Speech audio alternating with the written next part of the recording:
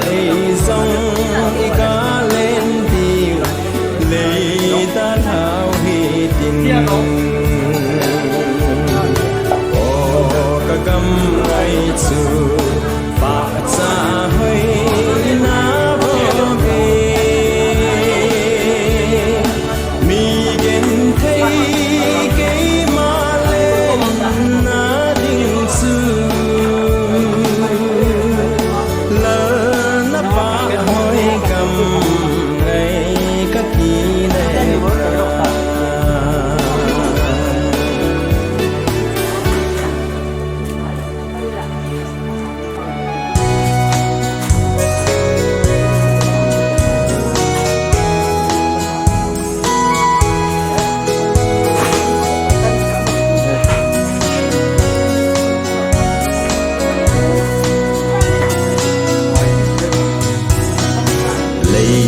siết cô ngày tê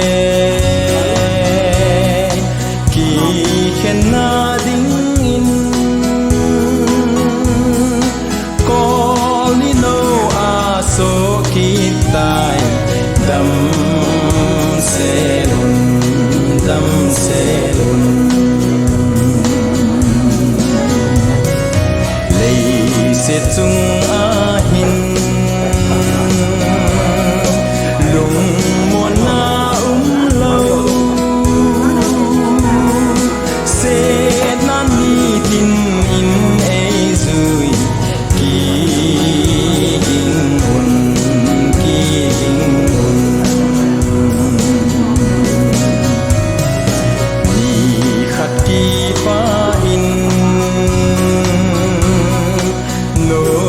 xa giống lên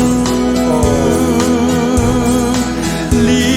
li pa amol bang in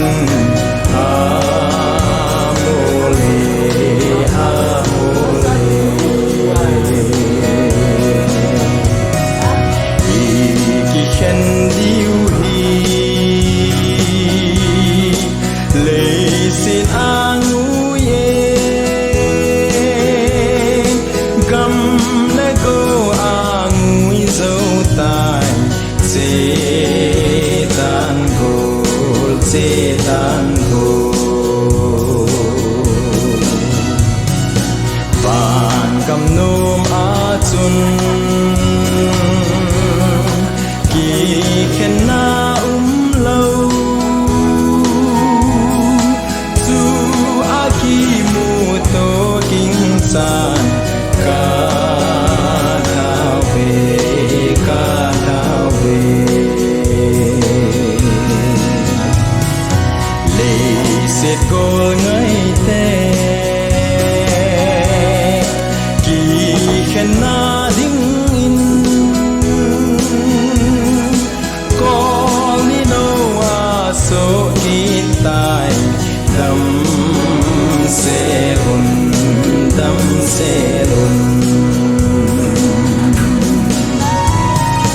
lấy sẽ chung a hin lùng muôn na lâu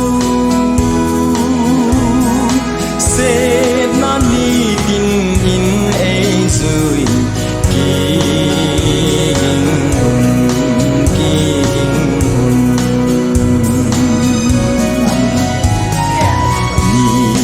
ki pa in no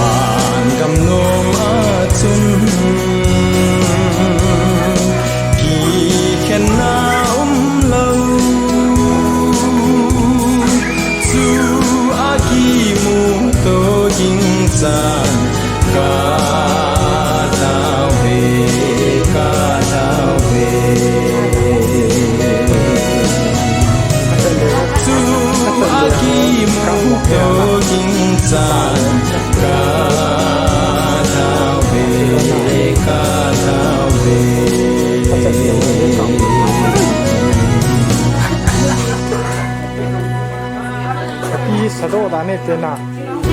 ne ko ma ki tena sado da ne tena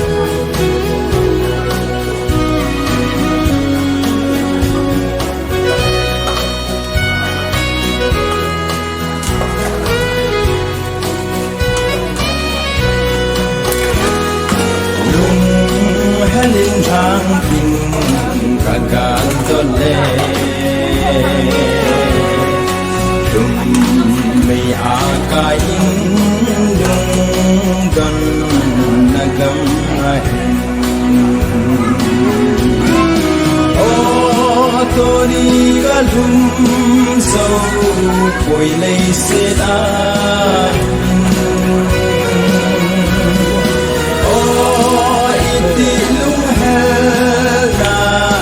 cầm ca ta na ô đi tê tội nôm ta in ca lên gần ca ngã lơ gô tê tê mel bu ca hey nem zin ye ki mu to ting lui gala van kopi tolai kakal dole la thangai le pasa kung pi atong o toni kalum so koi lei se a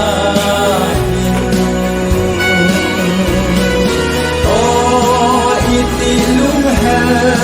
na gam ka dal ha bo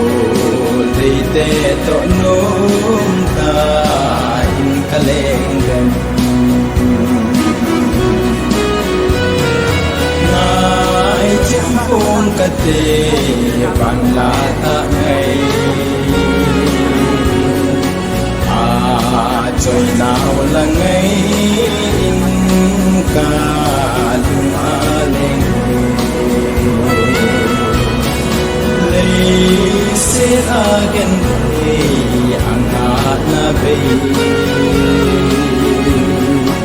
o iti lung ha lung dan pul ka do gen o to ni ka lum so ôi lấy xe na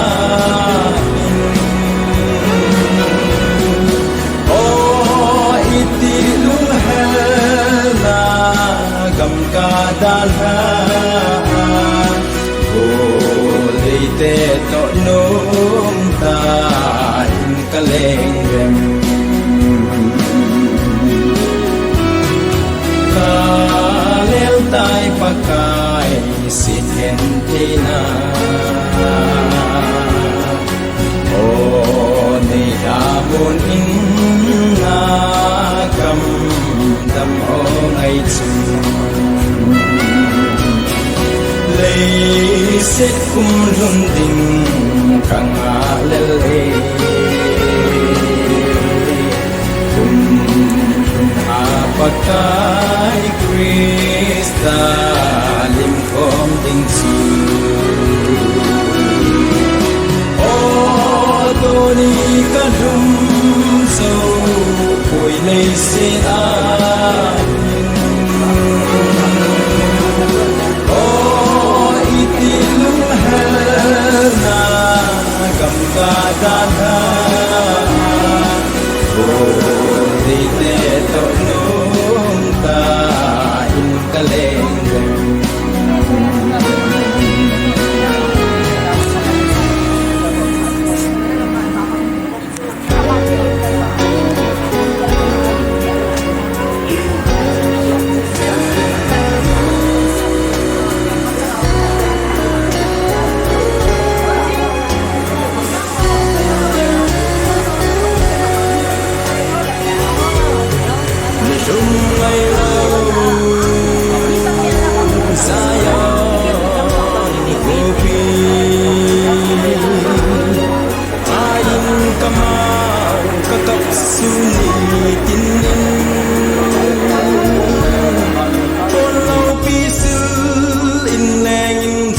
sa te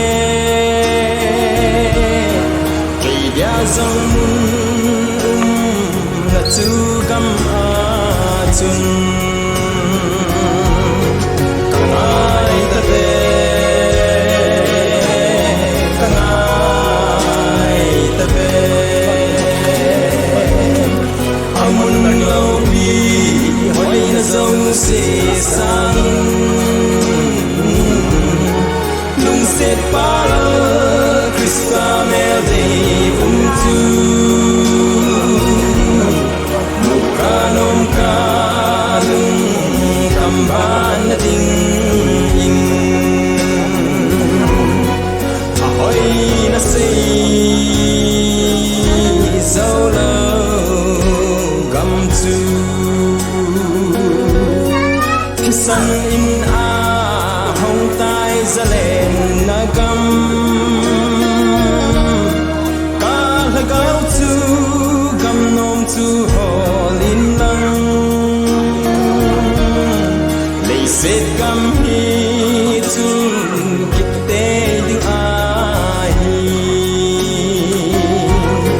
kang ai ta ve kang ai ta ve amun lâu bi hỏi na dấu se sang in lung set para Krista mel de tu mukanom kalung kamban na ding in lung dei that dam te len na mun sung thei lâu ca dip ta me han dam pu nei sil thêm in thaga bin nei pu in la lung nem gam hoi chu kang ai nghe kang ai ta ve kang ai ta ve amun lâu bi hỏi na dấu se sang in lung set para Krista mel de tu mukanom kalung kamban na ding in mitum ay lâu Zion kopi main kamau kakap suni tin in follow pisil in lenging that sa te kay dia zong mun na chu gam a chun kang ai ta ve kang ai ta ve amun lâu bi hỏi na dấu se sang in lung set para Krista mel de tu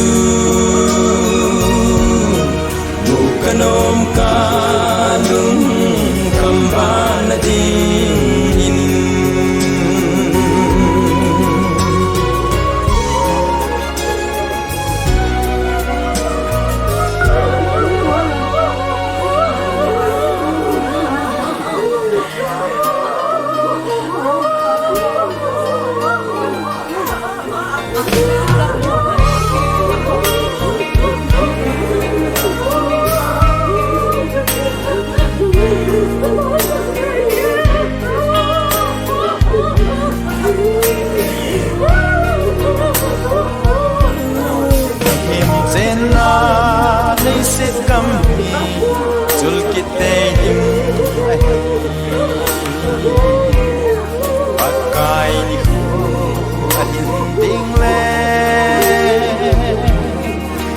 chom cha te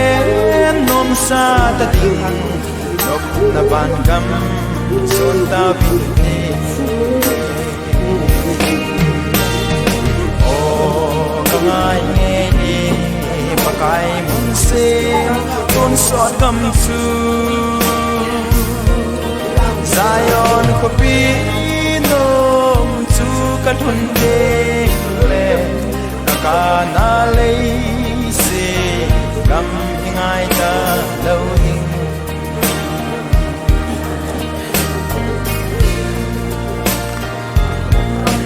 ปากไก่เกยมันละพัดสานนาตาวนาวกาสังเอหิงนิพูนังมากะหูเป็นตูฮีลาพัตตาฮีปะกายกุลวาอันคงอุ้มดีโอ้ปังไอเงยีปะกายมุนเซมตุนสดกำซูสายอนขบีนมจูกะทุนเดเลกะกานาเลยเสียกำง่ายตาเลวดิ่ง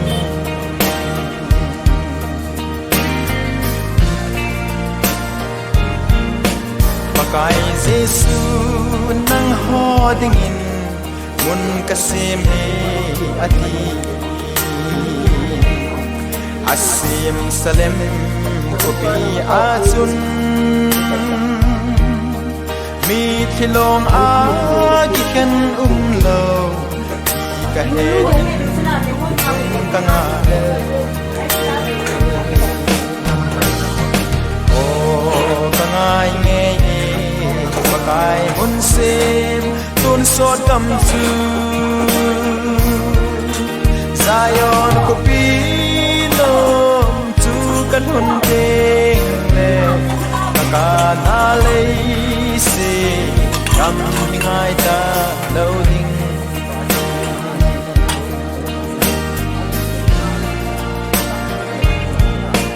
ลุงดันกานา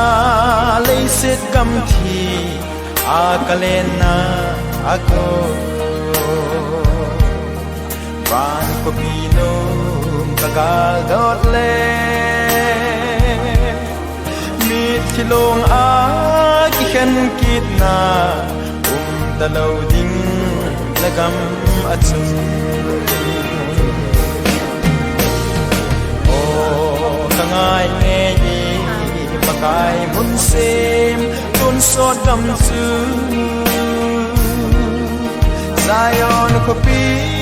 นมจูกะทุนเตเลกะกานาเลยเสียกำง่ายตาเลวดิ่งสายอนขบีนมจูกะทุนเตเลกะกานาเลยเสียกำง่ายตาเลวดิ่ง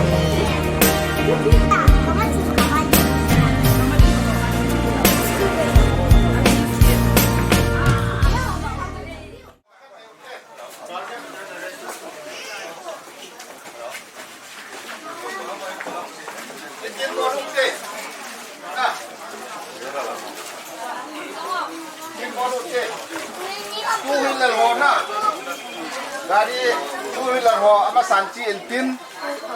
jule abana ambulance chintin ambulance no achu four-wheeler ho dik na jule hospital idun phan ule ambulance bodot entin adam si apa mai kilain diu na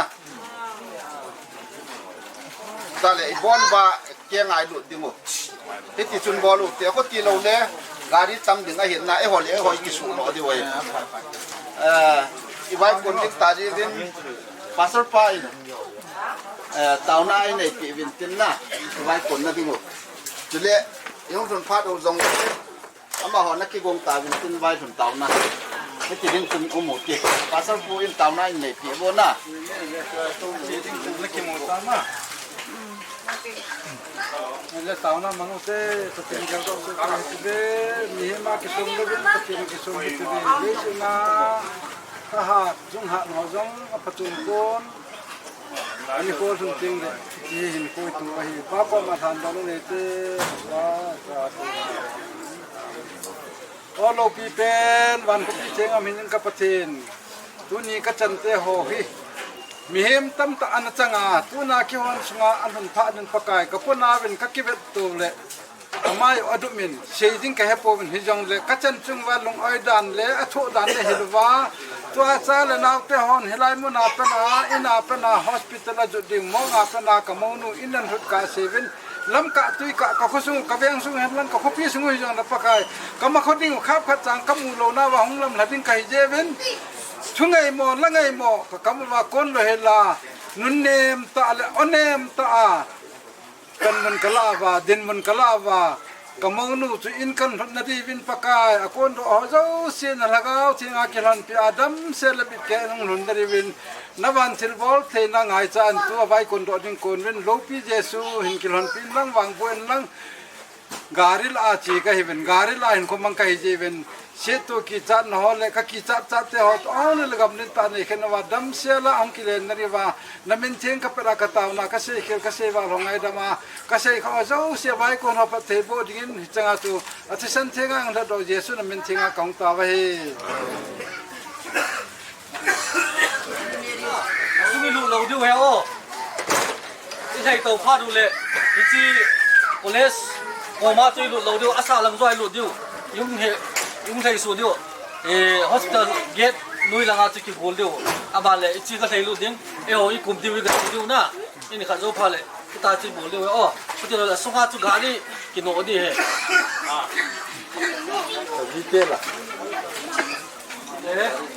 ga ni to na ding wa lu du na koi hong di ki ku ham hong ko ga hong de hong ko Dia bola macam tu, kau itu mau siapa yang tahu? Oh,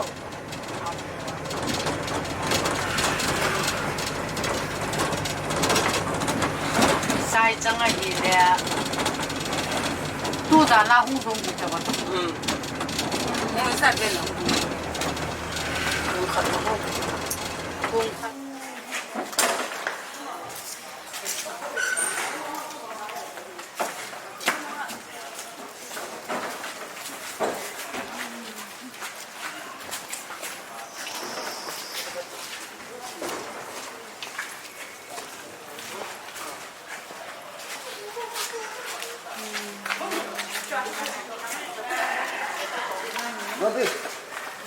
Umi, apun.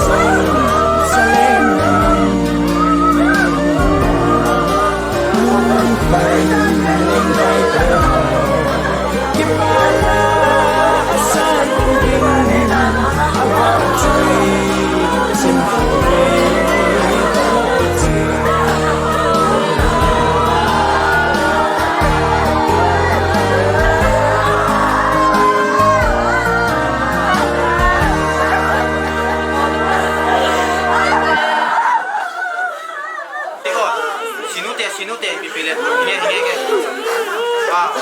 akung tung zoi khadu te sinu te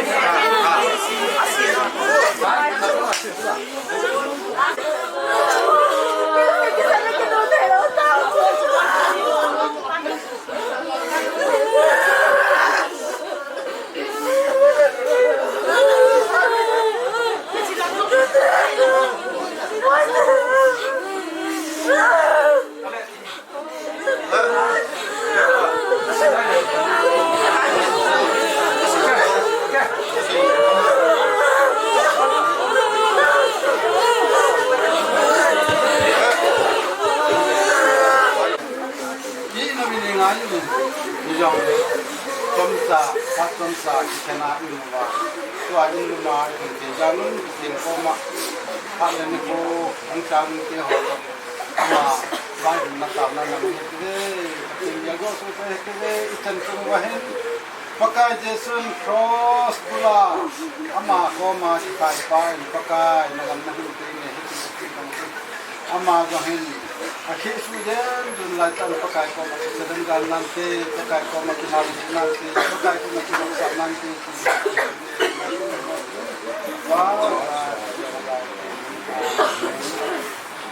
Bolo pipen haleluya kapateno, tingling kapaten, mihemin kita penghi kacanting wa kadai luahin, mihem candingan nasi mahin. Acang teh na kasabin hinla kya kun akitol ro thei kon akile ro thei kon kapakai jesu nang mangai ngalong ba hi ko ni kya kon tol mangin natin ama wang ke malungun helun nang malungun to hin nati tu na hi tin sunga handan mi sen thagwan lo kama ke patu ka sei we kamo nu hin hospital a eila la wa achanga agom tu nin in sung miten apunga chang ten ako beng ten hobung miten bon kapon saben kali mo bin kasama ben nako makipatu kasi kin nahi ama ka sunga ka kiman chan ling te ho unila kansa kabuilem kang sewa ka par ho do se nako mahen babsa kachan ting chungwa lungai dan le hiloba ho he pa hoi lai ka ge hitam kachan hi pakai piham ja na sal hela kachan ho hi tajen atho dan le hil de ma ko kam kan ko tin nei mi na ka ge te ko ngai tu te ki them mo ten na te ho kya ko na la do a ngoi se la ka mo lu ka chanu ka u dem ka si ka na ku the na ka bon ka ban nei mo pi na ko ma kam kan do ve se khil se ba nei dam nei cheno ba adum ko na hinding pathen tu na ka chen he adum kon tu na ka chen he ael pon akana kai nang ma tunga tu banga ki ho tunga yang tu he ti he tim na ka wa ni pin no ko kam ke bok sa ki de se khem se ba ngai dam ne chena ka se ka lo se lu pin nang ma changa lamon na di ta nang ma mi he me na pe te le che lamon na tu ki chin sunga han pe di changa tu tim no ka chan lai ta wa chi chana te me chenu yesu na na kam ka ba he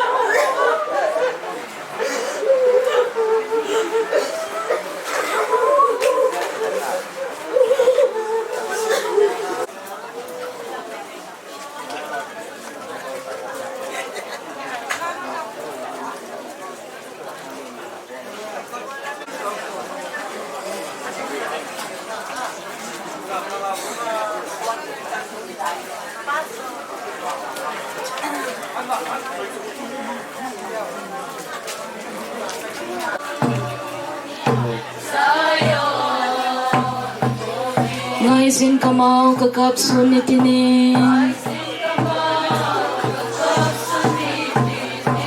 pun lopi silin lengin hasate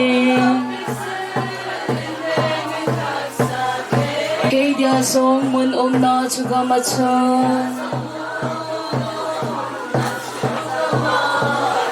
kangai tafe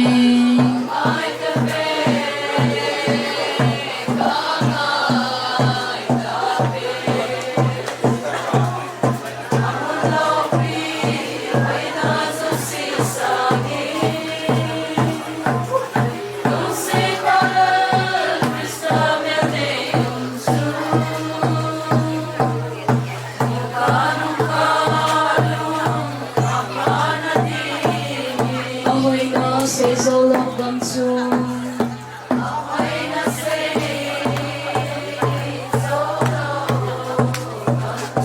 Listening the whole ties and then the gun.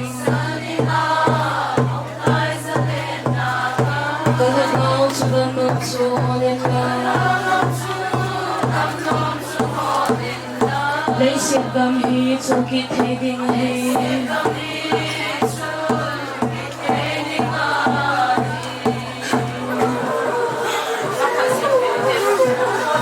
They still hear me while they make me sing. Lalo na yung kamay tutunay minsan.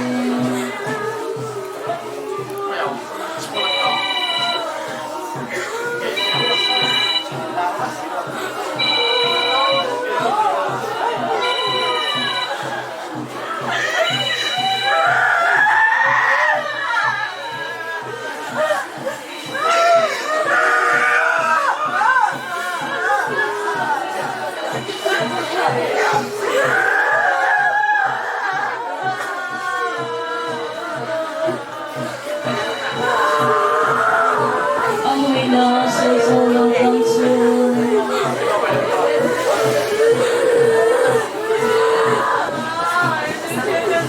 Listening the whole guys and then the gun.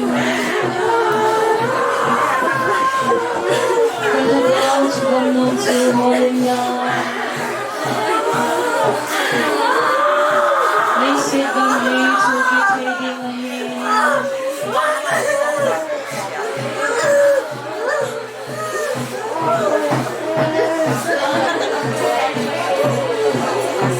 We say lalo na yung kamay tutunay minsan.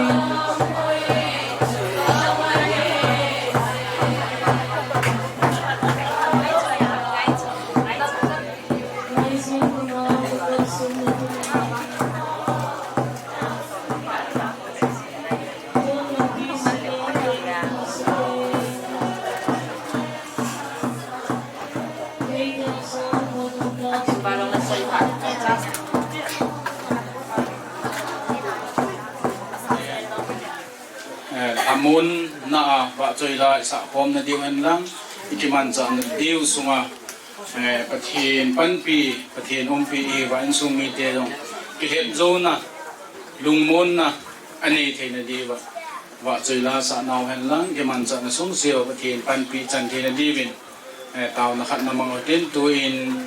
Santhong Church hobong chairman pa en taw na only din to ting de dalam kai online hol kinoin lang ban ai laba choi line sa diu tan te sei no ha ko wa ding hi vin minu mi ba chu zan wa chu ma sa me te tin pung som chan chu den khom chi bo di we hin til khom na thu yan lang ni dong ni ki mai hom di we hin ai lu ma go lo ho khong dong ho tha ro chu kusung a zut plak te tan lang ho bung a zut te hyong le ai te chana ito kuwa di vin kan ti mi na he patien ko ma taw na ni te ngai lu na cross lim a sa chu le agaw ti minin amen ei ngai lu wa ei ku to wa ei happy jingo lung set le happy na dim set ka paw ka patien tu ni hichin sum ni te adingin mitsin puzin ni lung hem ni udong ni hian lang ke hozo se ngai lo hozo se dingin jong ka lung hem ni hi jong le ho ba kai pathin chi na man na ka to na chung wa khan la khat ki lung mon to thei ding le khan la khat ki la mon ding a pa kai nang man ni hi za angai lu ho sa nin pui lu lu wa chi ting le ho bung mi te ta han lang khu sung mi te ta han lang Jen beya ulenau ungkal sono ita zong le. Itia hi atilong New Florence tilong optinga ungkal son kom te yuwa titing le. Ama insumi te hozo si hamon na tinga nang ma wa choy la sa kom ding งาปะไก่จิติงเลนะทูนลากิติงโคเทดิงาพาดให้พาดผ่าในปีเจวินอมสารนักกอมกิปาทุเซนมินโลปีกันทางไว้ในลุงเสนาดิมกระเป๋ากระเทกะหินโคเฮนังมันในเซกีบังวินนาบายบลากมูบังวินอิตาบังหินโคกันในอยู่หินอาจีมาสาอาจีลุขะดิงหินเกี่ยวกับเสเลเสนาคงเปลี่ยนไว้ละขัดในจุเกี่ยวกับส่งที่ได้ทะเลเสดินโคกระดาลาวานังมาคมกันจุดติงไว้ฮีตีเฮตัวเนียองค์ส่วนหัวเจ้าเสียงก็เกี่ยวกับว่าจิตเองเลยตัวเนียที่ได้กันนูเฮอามาสาหินพัดขัดเตียงเลยนังมาอังสุงานังมากูกะโลขอมว่าก็กิไม้ตัวว่าอสุนจานาพัดจงกุมากิสิมตลว่านังมาเฮอธิงเตียวันมิเทงเตเลสเรฟิมเตโตก็ว่าใจคนไม่ดูนิโคฮิเกหัวโจเชนงก็กล่าวตัวว่าตัวเนี้ยบุญเทมเนี่ยพูดว่าก็น่าเฮชีเลฮิเกหัวดิ่งนังมาคอมอินโดนั่นปีฮิตีฮิอินสุมีเตหัวโจเชนงเกียร์ดาจิตเองละโซปีโอนาวจิตเองละอุบุมีคุสุมีอนก็เกียร์ดาว่าปะกายเกหัวโจก็ตะบังไงเฮพัดขันเตียงละอามาโตนังมาเอาสุก็กิมูโตคอมดิวฮิตีฮิก็เกียร์ดาว่าลุงมุนนะก็เลยเทนดีวินจงนักกาววินนั่นลุงมุนนะจุนนั่นเสียจุดเด่นนั่นเปียจิลุงมุนนั่นจิเกี่ยวกับเจ้าเสียจงกับเจ้านังมันเลยก็อีปีดูนักกอมกองตาวินนี่จิตเองเลยตัวนี้ละว่าใจละก็สะคมนาวที่ตาหันนังจิงนี่โคปะกายนังมันพาดในปีว่านังมานิทิ้งนี่ให้จงเลยปะกายให้จิกินเลยต้องอามาลุงดำสาคุยโดนะโปรแกรมกันมันเดียวเจ้าเสียจงเห็นนังมาคุรากันพบเสียน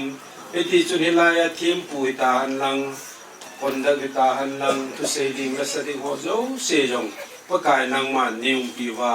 นั่นทวิ่งเนยในก็อยู่ว่ากบฏหัวเจ้าเสียปะกายนังมันมินโลปีดับสังในเฮียเกี่ยวจงกัดทิลโกนหัวกับโปรแกรมโกนหัวเจ้าเสียฮีพัฒจากกัจจิลาปีเทอยู่ว่าอามาตาสาจงโจทานโมลาพัฒจากกันวิลิมเทนดิงวินนังมันกุนวยไม่นวยไอ้ลูกไอ้เลยหาสัตนักจุงว่าหงทุ่งเทหัวเจ้าเสียคนในเวงเราว่ากิโลมตาปกายก็กินหัวกระจายเทดิงวินจงนังมาปันปีนี้นักกอมกตาวินเฮ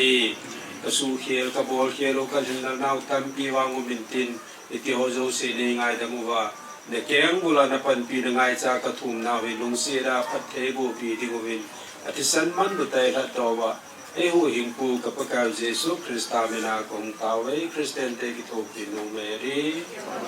อาจิงตานปาจาจุเลนละกาวเทมินินอาเมน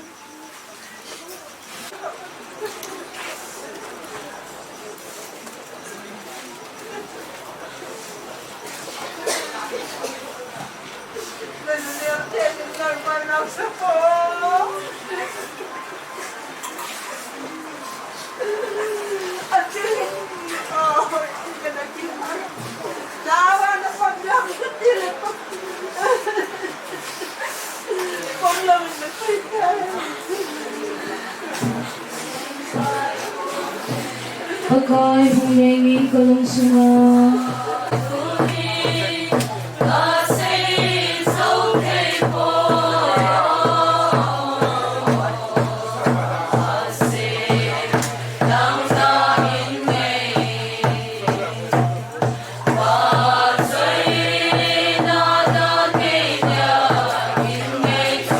Legen tena ahin, gen tena zosi beri.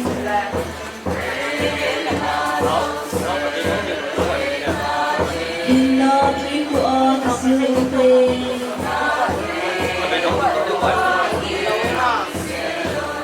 Ubang sang.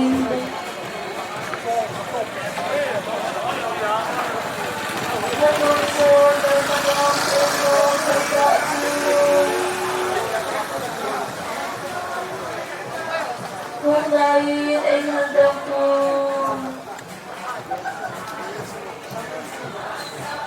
dahil sila kaahari narundan ka Calvary dermati ang maye madamdo na Yesus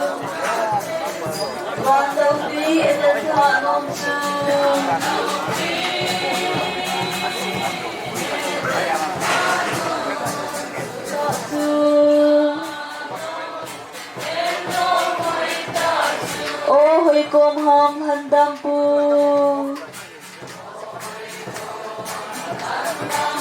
Zion hang gal amuna si sop thing am lung si si satan hasde nung domi nakape Daya daya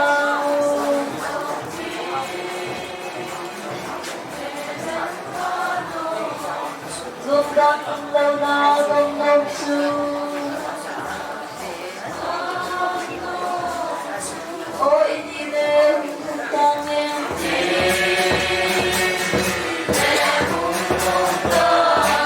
Đã tuôn xô lên đã con em nôm hơi tạ xưa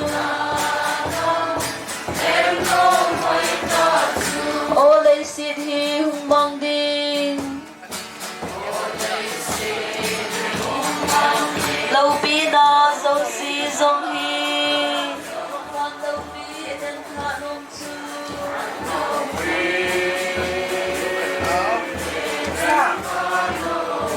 Đừng tôn lâu nào gặp nông chư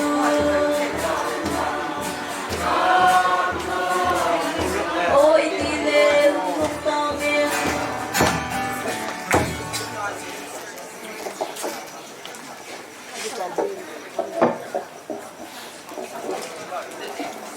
là sợ chống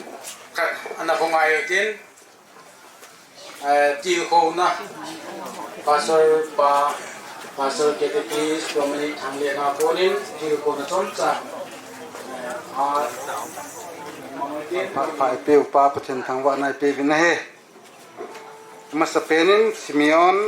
in anh sumi te dingin tu ni ko hile si ta sa dinga ke para ni ko hile hela hi ti tu he so ke livin tu na akipa hele hagaul ma dim se da hin hagawa hin na nei mi hi van noi le se na pau hi sim sen lo hin hi cho zo si tu Christian hin ja lo van leng ka mai bon cha khom ning kinem so ke hevin akivet da the ki pon aki ho the ki pon ye chun tu ni hin amo hi Catholic ho hi Roman ho hi ti jin dang nei chum vet hi ven lang nei chum mu hi ven lang Habakuk hi BC Jacob le somlan ya pe na Jacob sung ki kala thusim hi in ama hin ipisiam de pakai chutan ho hi phun lo he din nga ham na te tu na he pakai chutan pakai chutan ki ti he thina ni kho thun teng ta da pakai chutan ki changa hi ai le tu nya Florence hoi ching them aman e da na chungwa le chi ta sanam dola gela le daum le chengin ke yong originally chandel ming hin amayang chandel lang mi hi in apa kahepon apu kahe apu hi mi pha mi ho hi in je chun ama helaya humwal ri ka gel ka ke paen pathin thilbol te na kidang na lom me ka tien pathin thilbol te na kidan dan tu ni na chung akidang kidan je e ho it sign pathin e zo in je chun lúc bung som ni ga tum chang som ji le tum chu pakai jesu kam changa ko na ki pa na chopa anin pen na hi alo pi pen na hi tu na pe na ke to paradise im pom de tai paradise im pom de tai ti pa hi pakai jesu na te na kam cha hi an na ge do na dem hi pi tan ge ne nei na hu ni no pa nin pakai apa dah sena dan nak komung dengan kaitan kakek ni sangen kat kita lu tu seding dan kakek pun ni. Ain kami kesingin ni dapat jam kerja kena do kita. Kang dam do jeng kecita pun. Agom ko masih tu. Tu nama he amit asina tu simpe jelah hije jun. Keting ko ma. Akhir sudah bentuk ke bahan itu dengan kaitan ni kita semelai. Jadi kata kantor kau mungkin kekuai pak kita sakai jatuh tu bang nan ho ai do dan nan kita ngoi ka do ne lum do ai yang chung sang ka kin te ka chi a ka ki cha na mi na na pai ta bang ham ta tu do ding mi tam ta ang chu ka dong nom pon helang ka hen nom pon nei je chung tu na hi ama hi e da ha na chung wa ada ha hilaya ajine na ten dong ai na ai ding a homa hom tho ding ta shin na chan sang ata pachin ala he ta ike pom di ba aku tira le ate pun ger han lang au pa ger han lang le kanau pa tu kanau nu tu karasit sa do ding a hi in mon ade lai ka pi le tina bin te ama wang mi he ma da neu cha ke pun na om ji ai ye to kai ye su ang sunga ni sim te to tu tu ding a Bidi te alam pi tu sun ni sano ya sun na sem se la lam do ka mo te ta te ni khom ta te o pa na ba te te o ni khom ju na ti sa ti sa ti do wa le ai to to na lo lo ne a je tu pa ti kum ki sim lo na ni na na ki sim lo na ma ki sim lo na na lo sa tu ka ni ji le sim na kum la ki sim na ai se ki ke dan itu na itu bahasa na ada warna ini kan jadi begitu amai itu semua digunakan ini adalah amuasnya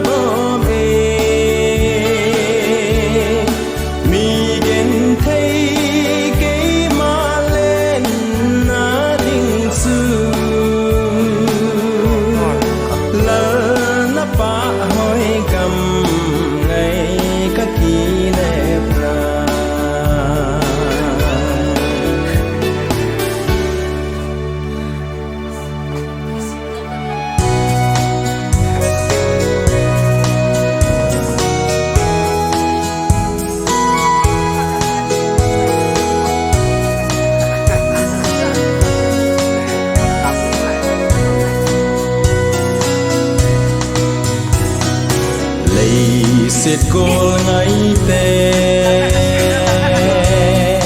ki khen na ding in call ni no a so ki tai dam se lun lei se chung a hin lung muôn na lâu se nan ni tin in ei zui ki ging hun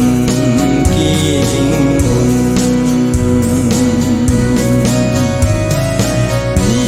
khat ki pa in no plasa zong leng li pa amol bang in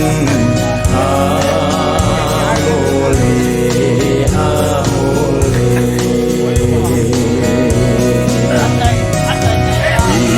ki khen diu hi le sin angu ye gam le go angui zo tai se tan gol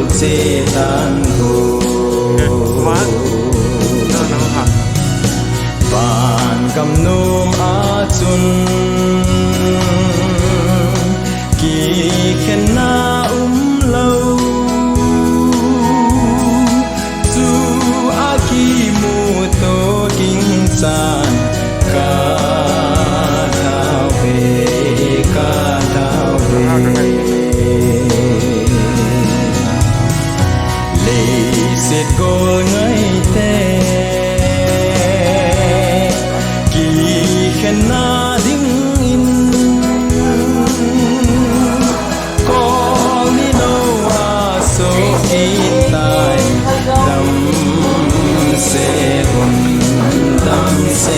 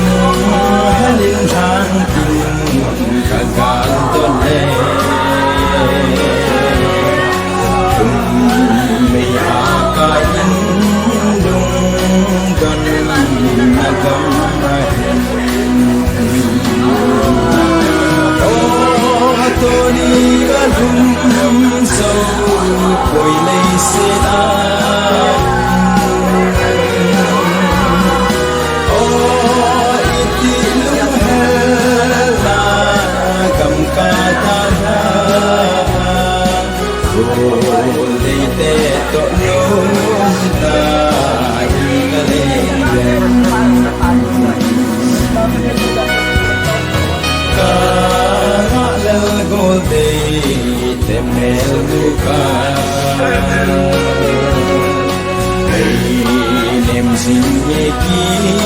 muto tingui gala Ban kopi tolai agang dotle La thang le pasa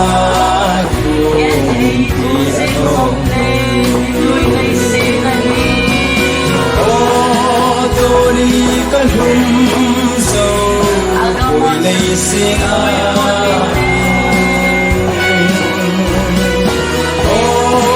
ít ít lối hell na cầm ca ta tha cô lấy tê to nôm ta in ca lên gần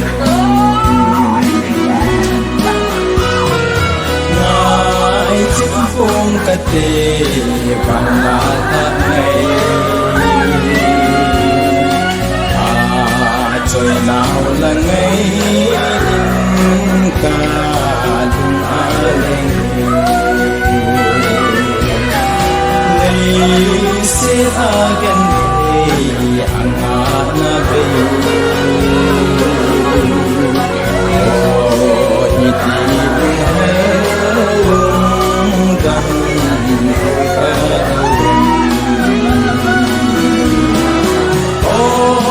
tôi đây cơn hum sâu hồi lấy xe ta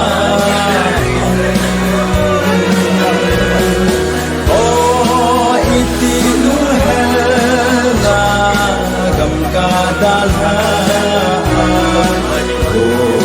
lấy tê tọt nôm ta in ca lên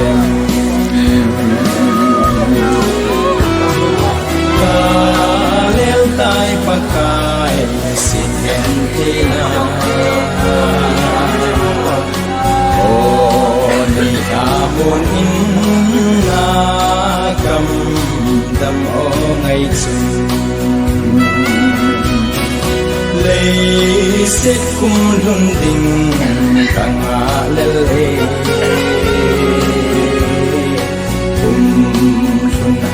pakai Krista lim khom ding chu o toni ka dum so koi lei se a o iti lung hel na kam ka ta tha o dei te to nôm ta in ca lên gần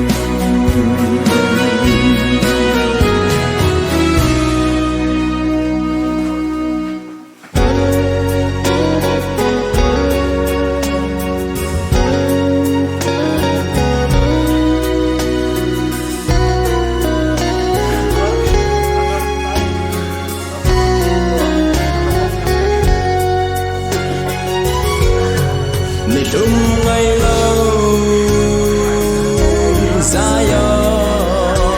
kopi kain kamau kakap suni tinin follow pisil in leng that sate dia zong na tu gam chun kangai ta ve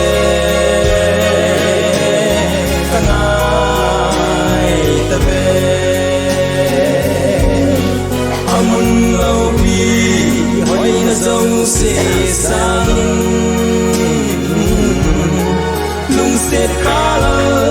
Krista mel de kum tu mukanom kalung kamban ding in ahoy na sei solo gam tu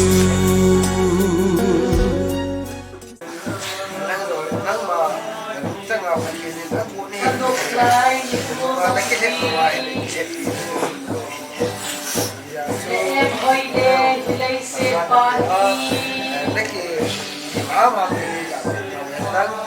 Kadingin tungkong de kanagam ahi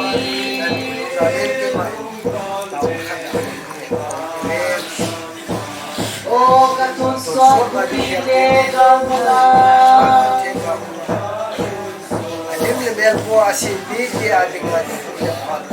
Katang de tenagam su kagayeye Lumpang na de taling kaya Aunta boy kana osin kalaw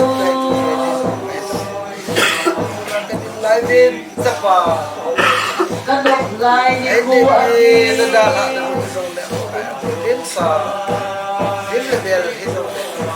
Loi lay si pa hui zong hi O katuso kubile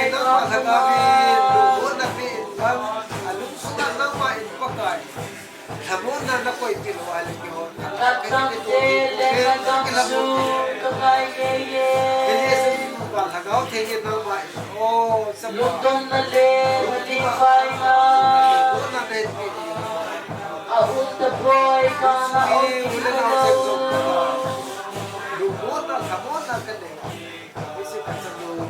Ilay si lutong na le Mujimin ikang kimle Kalian nagam kimle kamaw na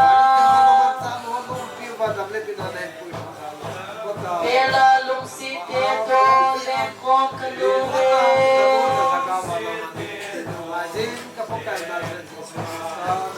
O katuso kubile kamuna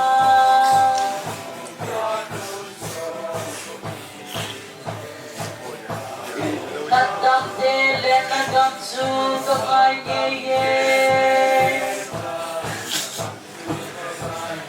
Lungkong na le nalimpay na Aunta boy kana oging talo Kadingin lungkong de kana gamahir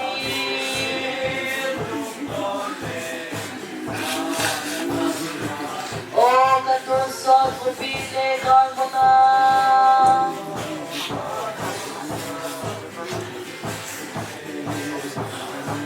Katang tele nagamsu kakayeye Lungkong na le nalimpay na Aunta boy kana oging talo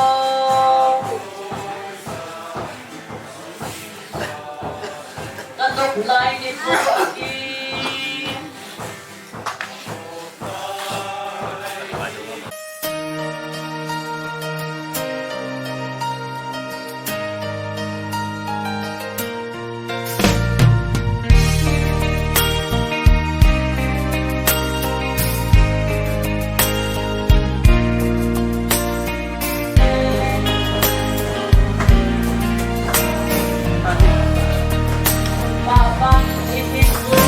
Sena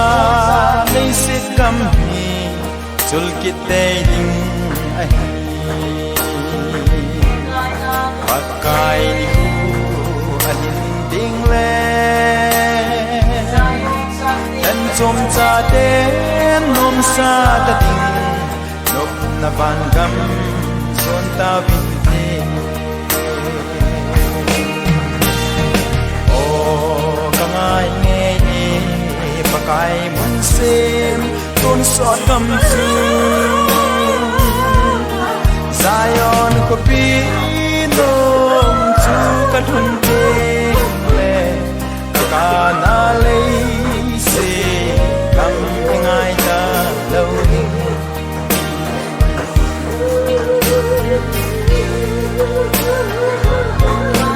pakai in ke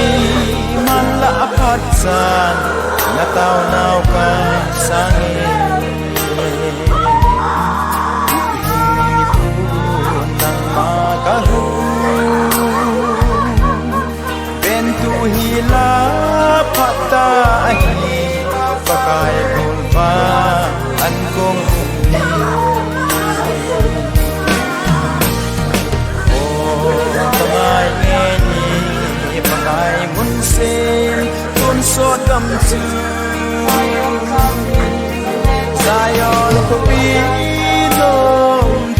กันทุนเต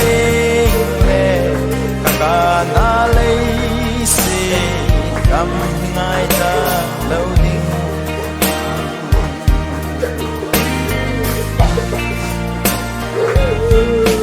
ปากายเจสูนังหอดิ่งินมุนกเสมเฮอดีอัสเซมสเลมคุปีอาจุนมีที่ลมอากิกันโลกะเฮดินดุนกังอาเลโอกังอาเงยปากายมุนเซมตุนสดกำจูซายอนคุปีโลจูกันหุนเจงเลกะกานาเลยเสกำง่ายตาเล่าดิ้ง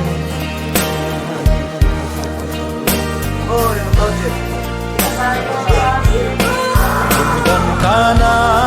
เลยเสกำทีอากาเลนาอาโกบานคุปีโลกะกาดอดเลมีที่ลงอากิเข็นกิดนาอุ้มตะเลาดิ้งตะกำอัดซุโอ้กะง่ายเงยปากายมุนเซนตุนสดกำซูซายอนคุปีโลจูกันหุนเตเลกะกานาเลยเสกำง่ายตาเล่าดิ้ง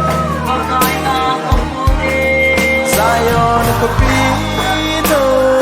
จูกันหุนเตเล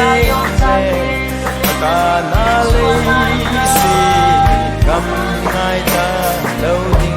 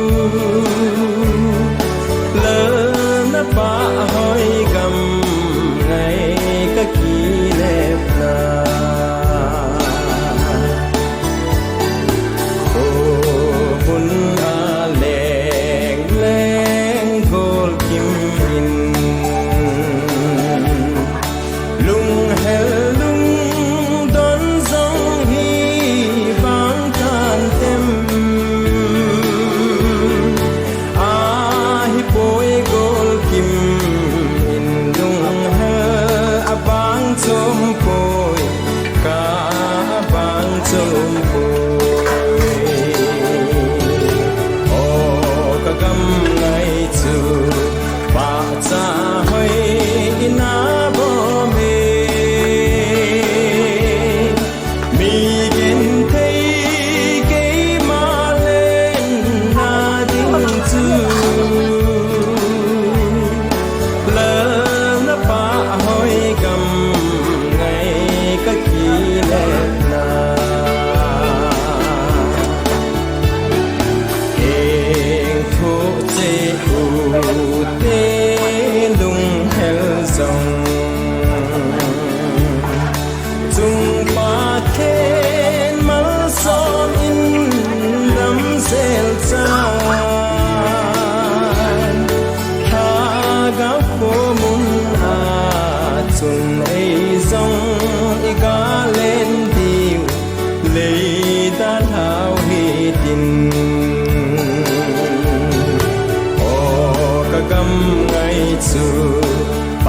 cha hơi na bo be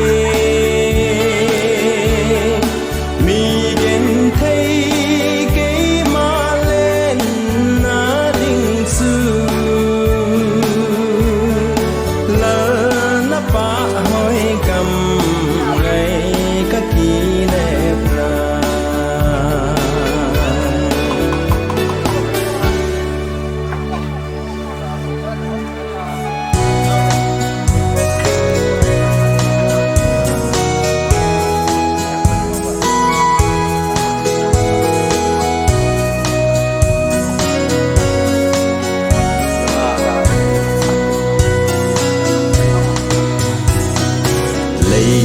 Sit cô ngay te kỳ khen na ding in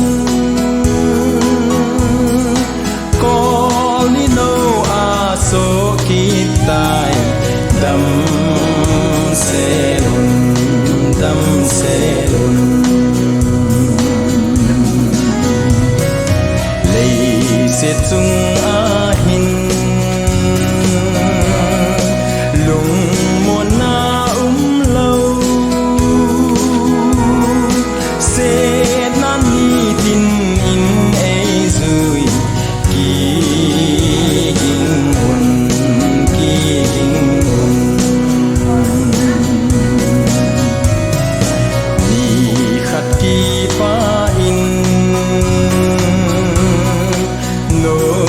sa giống lên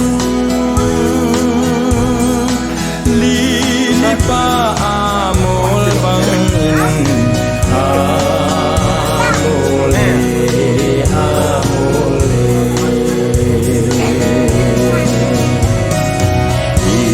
ki khen diu hi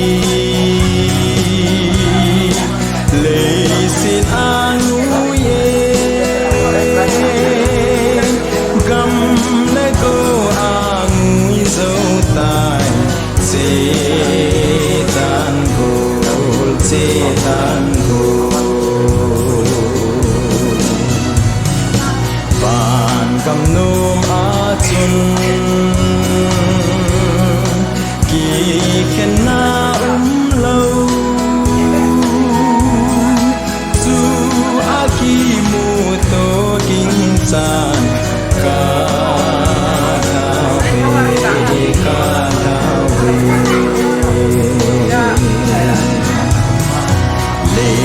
sit go ngay te kỳ khen na ding in có ni no a so ki tai dam se lun lei se chung a hin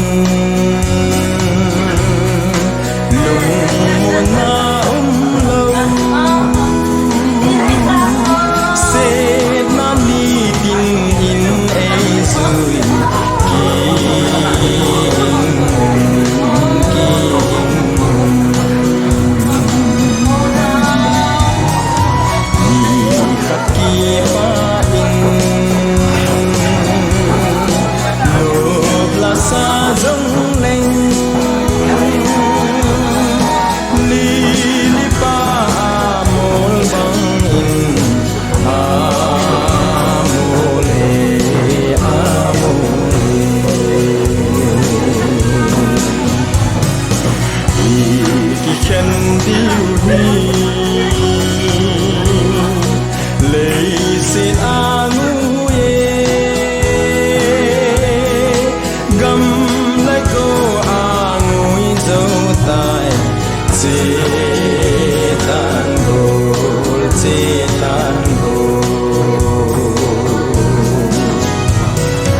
van gam nom a chun ki khen na lâu chu a ki mu to king san ka ta ve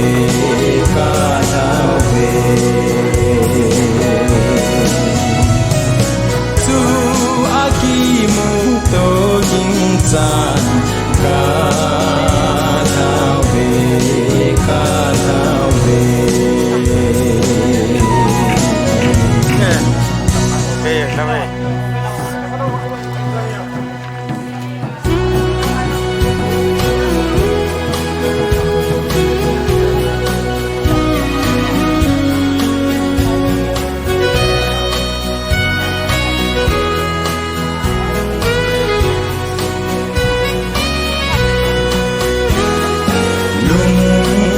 linh thang tin cả gan tôi lệ lùng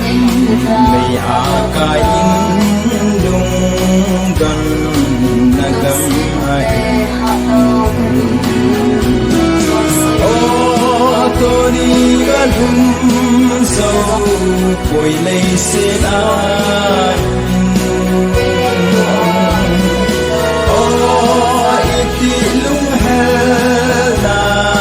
cầm ca ta na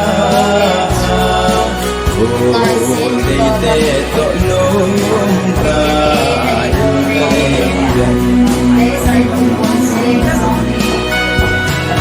ca ngã lơ cô đi tên mẹ như ca đem xin nhẹ kí mu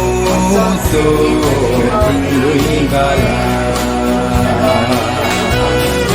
van kopi tolai kagal dole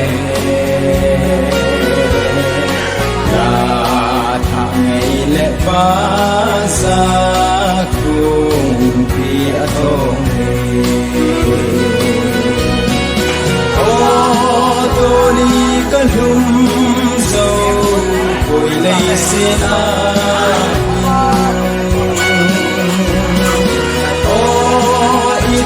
lung na gam ka ta na cô đi xe to nôm ta in ka lên gần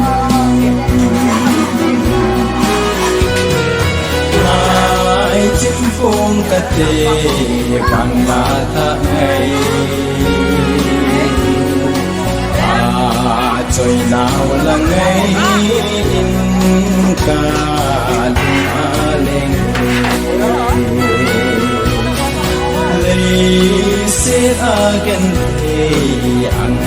na be o iti lung halung dan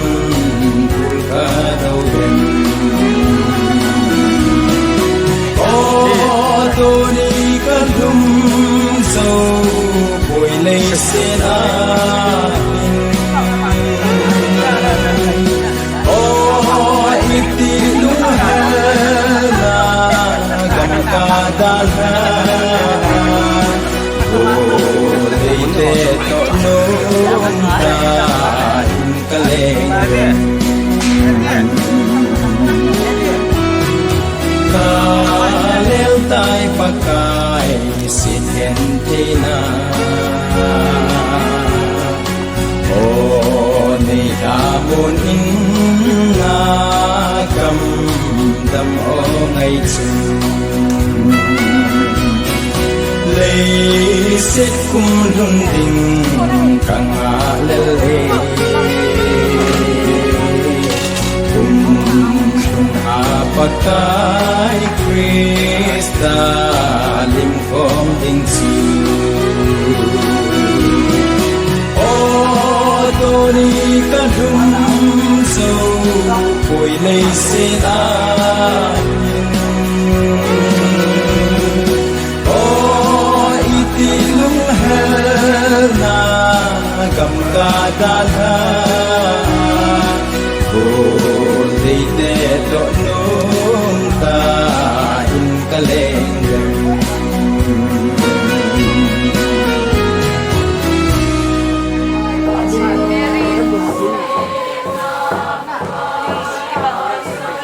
Batong solid halsing gawin din Aladoy ngay ni mong tsun Cheng on din, cheng dan tawin din Nung sin na ang pagkain pa tsun Kipa tawin din Cheng on din, cheng dan tawin din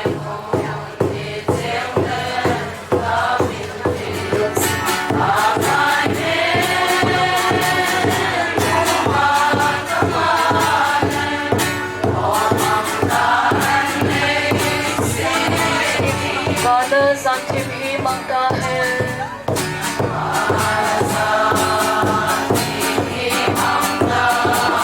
Sardal, Lui, Alama They second, they long, healthy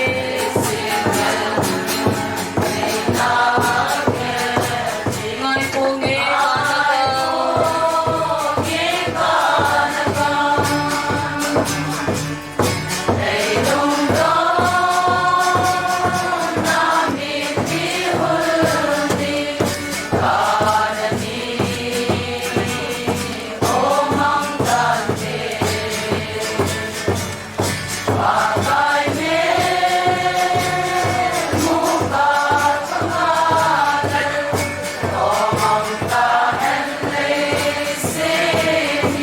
Song itine kalung dem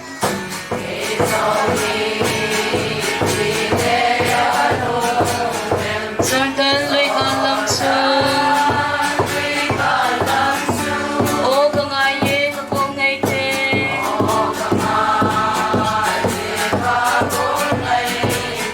Chitage sa kama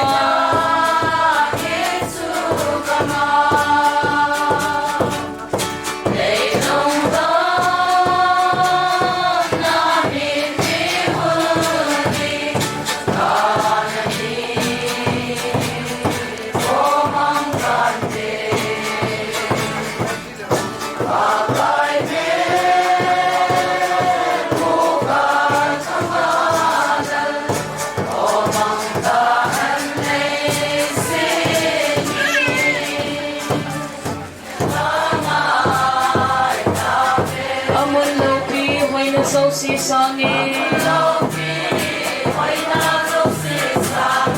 Nung si palo Krista mil de yung sun Wala na yung tulong kampan na tingin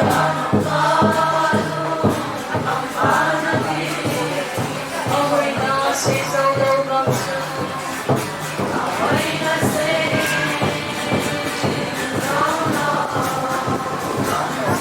Yes, I need a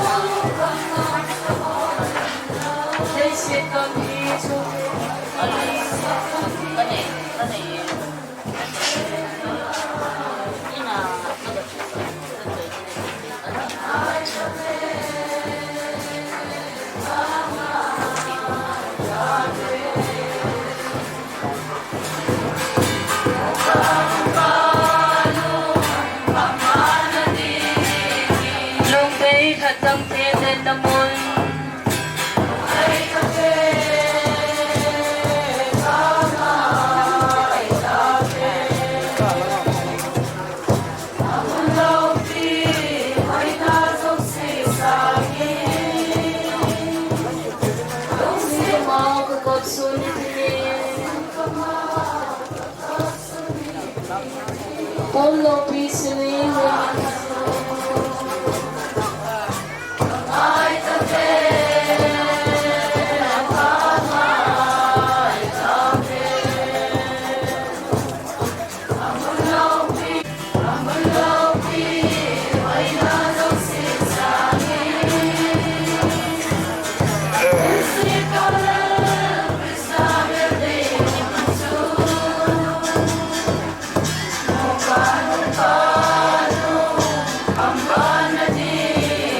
Long day hadam telen namo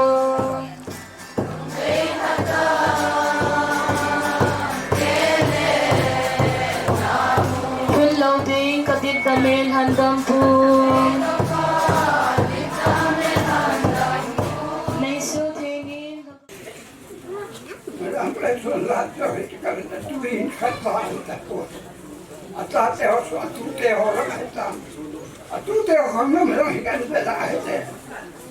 Ko'y misibese le, mitapo bese ang po, mi pamande, mi tonunggil mi ibeti kanya. Mautan lahat yung na ipatong nga sa inyo, ano salal, tapan karajun, bangsa ko kanong pongin, ay nakamkong yo at samtalo, ikisaulog sa atin. At ate ho dong, Dia ho ang tuwin. Abang ko na ama ho hatan niya. Kaya sa nulong, ang naipasin mo niya ng laki. Ang nakabatala ba ang kira. Ikan kapte ko pala yung leto. Anong ang laki. Kutin miteri ito na kumahatingan ko. Ato ang darang kantara. Kung ay ito. Sinili ito ama hatate ang hentende. Inohichimen lagi na aku pate hodong ni ya la ku pa bang suai lagi hodo ka te ka ni to to ba ani ku ye ni mo to to ke ke ni na mo ani itu kan na la ku pon to ai ala ko ti ye me bang ku to da amre to ma pa an ni ta ka mu ke lo pa sa ang lutin yun, yung ko yun natin, at ipin, kanusan tayo na hulong, dahil ang kasuki ko, ang kabianak yan. Lunod ka, ang itong kasi, lunod sa natin, ano teho na yun, nung tayo pakaya, ako na siya na muna, Kapute na no itong nungke yenge. Ito para ay ito ba na itong kawete. Oy dong kile tulay kami na mata kami na wele. Minun ne mo to pang din kan no. Iti tunki ko dem ha tu mata mon ang kala. Amaji dam te tani na kram ne. Anak awak tadi, anak awak ada dalam kuatin, api, anak awak tu anak dia, toto ini cari koma, lengkap dari mana, nang kerana nang kembali ke orang kelihatan ni, ada, awak ni tu lah nang itu ni semua ambil tapi macam boleh pihak sekali mana ni, ada. Dia kenal, oh, betapa mah, asalkan saya pandai jaga pandai, jalan tinggal aja. Kau cendol, pandai saya pandai, jangan pandai saya pandai nak mana. Ayo angin apa orang tu, so pikiran saya cuma ada ni, jadi saya tunggu itu cuma aku. Abi apa ni kau ini? Apa ni ini? Kamu tadi tu yang macam apa? Apa dong tiada macam dong tuntang kita. Apa aku semua? Apa yang dong tiada pun tidak ada. จะดำหมดที่ร้อยกันเสียงและตาจะมีเอกก็ที่ดีประเทศนี้ทำที่5 คนเนี่ยครับเจ้อันนั้นเนี่ยว่าเราประเทศช่วยอีกไม่ได้เลยอีไม่รู้เสียปวดหลังใครเนี่ยยุ่งชิงโอนเนี่ยเสียคำยังไงเนี่ยมาเอาเส้นเส้นเนี่ยเจ้ที่ทำก็พอเองยุ่งชิงยุ่งเอ๊ะสันนักก็ยิงสองที่ว่ามาเองก็มีทุกท่าแต่มุ่งสู่มาแจ้งโน้มันจะมุ่งสู่ไปบ้านหางไอ้ล่ะเองก็จะทำวันนั้นแหละนี่เจ้าอันนี้เจ้าเนี่ยอับเย็บผู้เจ้าให้ลองดูอันนู้นป้าเจ้าไอ้เองก็มาสู่เจ้าที่จะใครรู้เสียหกสุดนะทำวันนั้นเนี่ยไอ้วันชั่วชั่วยาโดนประเทศนั้นถึงมาเนี่ยฉันดูตัวร่างกายเนี่ยตัวคนเนี่ยสิ่งก็เด่นเด่นนักประเทศกันเนี่ยตัวเองก็สุดก็มีกันน้อยอายุกันสานเลยเนี่ยสาธิตกินเสร็จอาทิตย์น่ะเอาไว้ไปกินของกันแย่เลยนะฮะสาธิตมาสิไปก็เก็บมาเดินถึงยังเก็บใส่แล้วเก็บอยู่แล้วจู่นี่กูเนี่ยจะเก็บกูได้จะเก็บได้ต้องเก็บบ่อยไอ้ล่ะก็ว่าไม่น่าเช่นนะตาเสียชีวิตได้ที่ห้องเสียชีวิตก็ชนะกับมันตาจะยังหิ้งตันกันว่าให้เจริญมาอาชีพเจริญพอละอันนี้นึกแค่หัวจะบังเชื่อกูนี่อามุมต้องนั่งเลยนะมันเต็มกันแล้วรักเขาเลยก็เห็นกันอะไรยุ่งจุ่มก็เห็นเป็นนายก็จะพาไปเอาทางกันโอ้ตั้งแต่กินคุกกี้ชาสมังบางตะวันแล้วมันก็นับปันได้ถึง100 หัวเต็มหัวละเชียงโก้แต่ในใจเดียวกันที่เชียงทุกเรื่องมีอะไรที่จะตุนมุ่งเส้นอะไรอย่างนี้นั่นที่บอกเนี่ยโอ้ยโอ้ยอะไรสุดยอดมันไม่ได้กินเสียเลยไอ้นั่นเดี๋ยวปันได้คำเป็นตัวได้กันที่จะควรเที่ยวสามร้อยกันสวินก็จะเรียนกันเนี่ยไม่เห็นก็จะเรียนโอ้น่าควรเรียนเจนี่สังตระดูแลอะไรสิตะโกนเจนผสมใส่ในของแบบนี้สังร้อยคนเด็กเด็กเชี่ยวไก่มีกระโดดถึงพอโดนไม่เจอดึงตาเนี่ยมาเจอใจสิ่งกันเด็กเรียนนี่เลยทุกทีเลยที่ทำต้องทำที่ที่เด็กต้องห้องต้องอันนู้นทำอันนี้ดูอันนู้นเด็กอันนู้นทำอะไรเลยน่าไม่ติดกันที่นั่นที่พ่อเรียนเจ้าตัวเรียนอาเด็กที่บ้านเขาจะเริ่มอันใช้ยังไงยังไงป่วยยังไงใช้ทำแบบว่าไอ้แก่อะไรเด็กลงหาสัตว์อันนี้แจ้งก็จับตัวนี้กันที่สุ่มมันเป็นตะกอนสองตาอันนี้ได้เดี๋ยวมาจะเล่นหนุ่มที่มันไม่อดชุ่มประเทศนี้ตัวที่เป็นน้ำมันไปของถ้าดูโน่นดูสิ่งไหนจังอันนั้นมาทำต่างอยากประหลาดตัวชาสิมาประเทศแต่เช่นสุ่มประเทศพวกนั้นแหละคิดว่าไม่น่าเนี่ยจะมีไปยังไงสาธิตอันทุกคนนี่สุดเลยเดี๋ยวให้กันยิ่งสอดเลยคิดว่าจะผ่านทั้งไปประเทศพวกเห็นอันตัวสอนก็เสร็จไปเสร็จยินเต้นเสียเด็กยังเดินตามตากินยัยขันกินก็เสร็จก็เกิดเหตุว่าแล้วนะว่าไอ้ตั้งคืนเนี่ยไม่ตั้งกระทรวง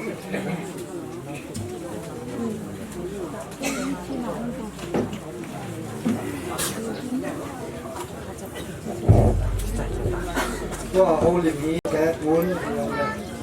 ที่อินในปีนู้นดูสิในยิงฟ้าเหตุเจนตัวนู้นละสักเดียวเจน Angun Simeon Totangin Bijang Apien Kun 23 January 2004 Atini 5 October 2025 Akibu ini 5 October 2025 Apat 10:30 am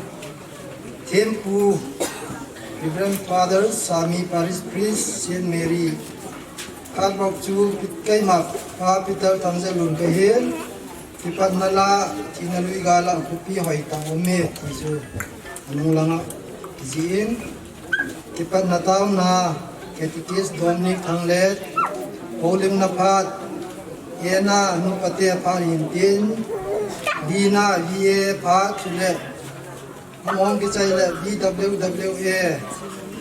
Sina TCLF Te Padong Hintin Dina Hobong Te Pat Ina PPC Saint Mary Paris Hintin Angana Inay Te Padong Hintin Agupna Inmuna Ko Na Lado Na Le Tibuy Na Kin Reverend Father Sami Paris Priest Hintin Cross Pudding Ketikis Dominic Tanglet Tibuy Yole Cross Blessing Lehe Chan Su Hintin Amain Ho Tisim Chomcha Hohe Tamkan Talang Kilkate Nu Florence Vai Ching Te Mi Pai Hal Kujang Ho Kip Le Nuha Nekim Ho Kip Lai Gilga Sa Te La A Ata Pena Hin 23 January 2004 Kumin El Haika Bangkhoa Anapingin PNP Sopi Pasal Nile Numenia Neina He 19 January 2021 Kumin Mark Lunmin Ho Tau Thang To Anaki Cheng Honin Patien Go Pi Lai Gilga Chapani Anei Honin He Akanna Pitan On Sat Tau Thang Nina Leon Tau Thang Hin Date 11 September 2025 ni Puin Anawnay na in bleeding ha si ka in Adam ding day na in District Hospital Suchan Pula Operation Aniki Bolin Amazon Hong dam do hevin ahin anak na Adam ting Taylor Panin Silman Hospital admin Aniki Bolkin na he Gel Palo Hele, Ginsat Palo Helin, 3 October 2025, 4 AM Velin, Angailut Azia Cha, Ain Sumite, Hobung Mite, Sumite, Loya Paingai Chandalan, Pakom, Choludin, Anachi Masatana He, St. Tom Charles Committee, Chanto Hilton, Tun Kipanala. Sinalui Gala Kupi Hai Tau Me Tisu Patien Zan Ani Bon San Niding Newton Kipan Natau Nai Nei Pudi Ven Ketikis Dominic Tanglet Tun Lasu Mubay Patien Zan Ani Bon San Niding Newton Lasu Satawik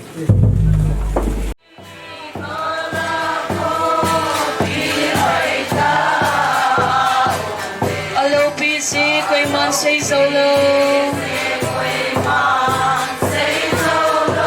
Surrounding Hung Ngay Lo Tim Na Song Hung Ngay Lo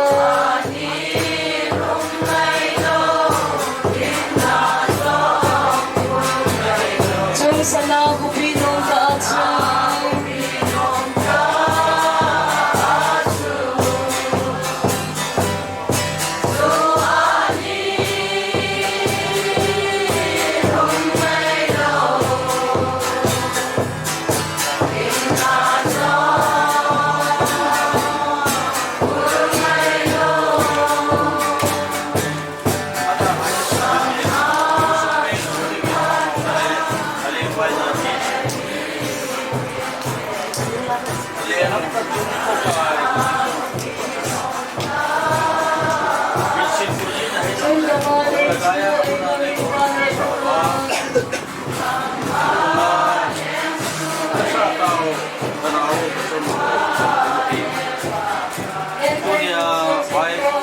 Wine naging kabor pa, kilo karapan.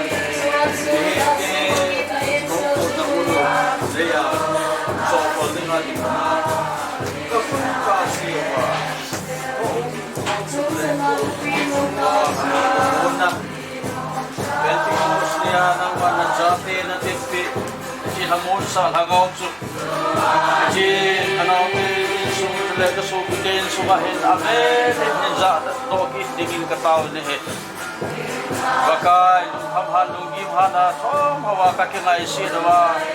gul chang gep lewa ka ke ngai tu to wa ma chun ding ta lo hi ama wa ni khati na ma ta hi ka ki mu tu diu zo hi ki ho ka ma sam wa ong Jumay na ubos ang apian do he chidi sebe wa hung pin do kahivin ya so nang malaitan na ni po hinja ama Hapsam san nengati ikan nata namin masangin Hoy pu on thom tahin 1968-69 tila belham kaniki he kalanin 70 bela ka kikan ron tu na ka kimun han tu na ka tu kon ni ye kum songa nunga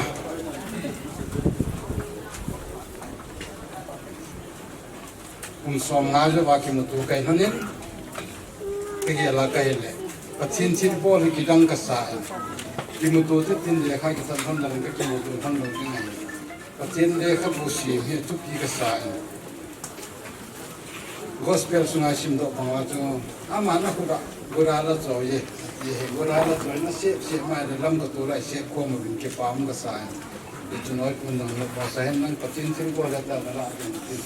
tu nai chen no nai pathin na to ni pathin chin ko la hi revelation sun tu si mai le I chen no tu nu na ding hi ku da sa lo song mun tam la la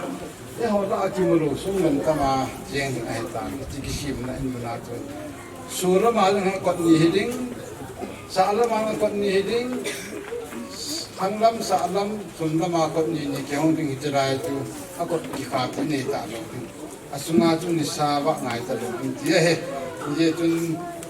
Bible सांग नि जागिंग सांग चमलम तन सिंगते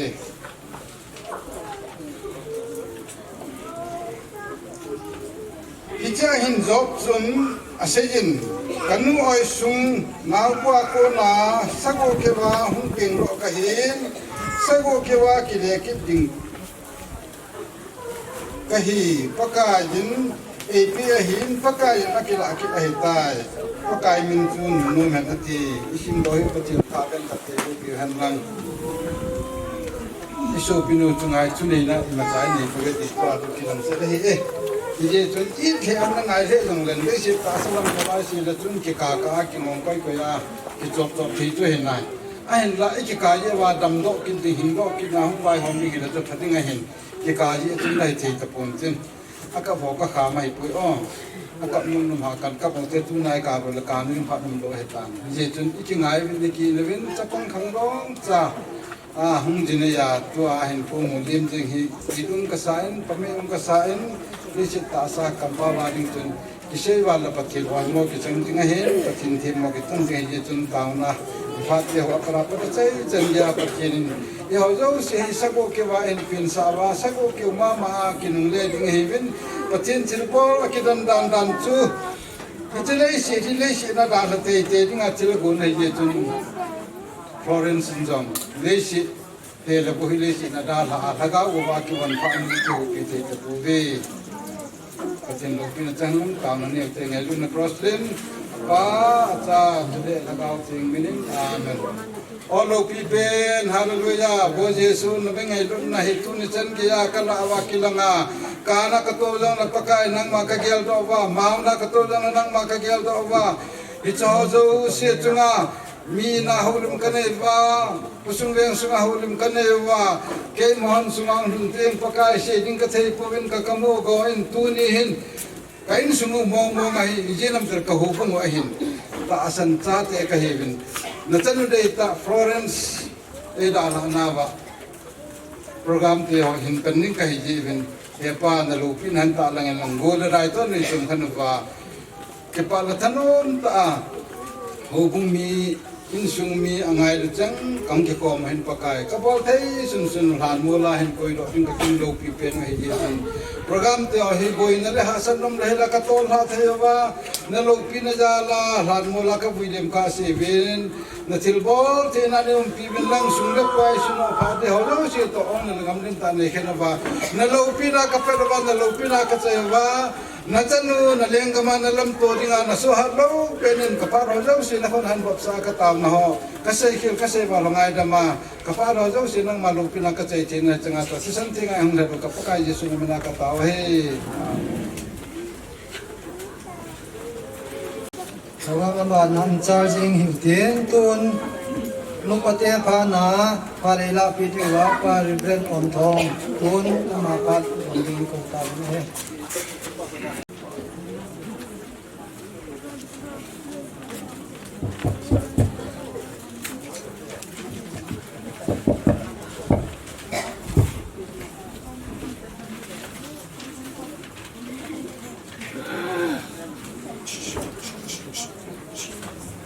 Hot was it there now?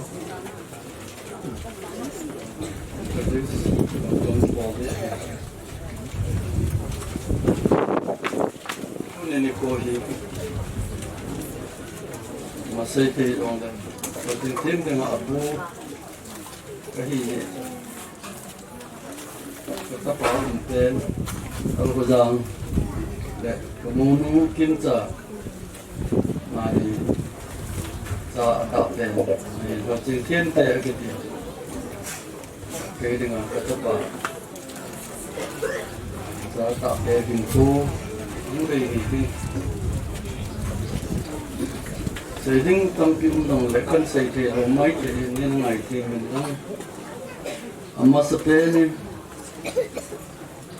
hiện thể hiện bài tận kim dòng lệ cứ nhìn đi lâu kia cái nào phải tiền phải tiền ấy bị là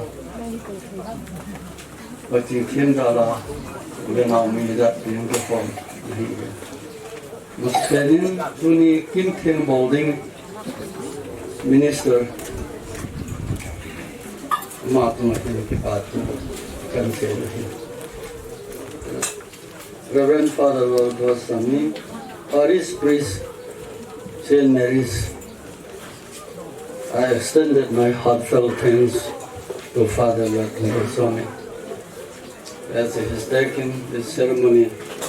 as the minister of this hour along with the sisters. So pingaite ho tuni him. Welcome Fatun Somtlan Khat Uni Thiên Bukin Moding Pal Ipanatao Putang Le Pat Sokta Manase Mabanga Nakim Kom tu na Kimu tu Kidang Kasai Motong Kipai. So le welcome to him. Bom Sam Kitbai Sokta Hidong Le Tunin Insumite Pu Simeon Insumite Le Tiếng lệ cổ của là bài về tiếng thiên lệ anh sum tiếng ngày lúc nào không đâu xí cái này bị ông đâm đầu đến vợ hơi ông thấy thật rồi mà ông đâm lôi gì chúng ở cả lệ chỉ thế gì cái chỉ ta lâu đêm cái gì nó chỉ thế thế đi cho nên cái dòng chúng ta bỏ là không đủ Jika mukul sungai sisi, sele, macam kem, apa len, apa le anu sele, anu teo, di, tengok kom, hai kalau nak guna, mungkin sih, kau ni dong, kau ni juga, mungkin sih, nabon jalan kema, apun, ngai lu na, macam kem, tak ada yang orang datang ke salam kan kita.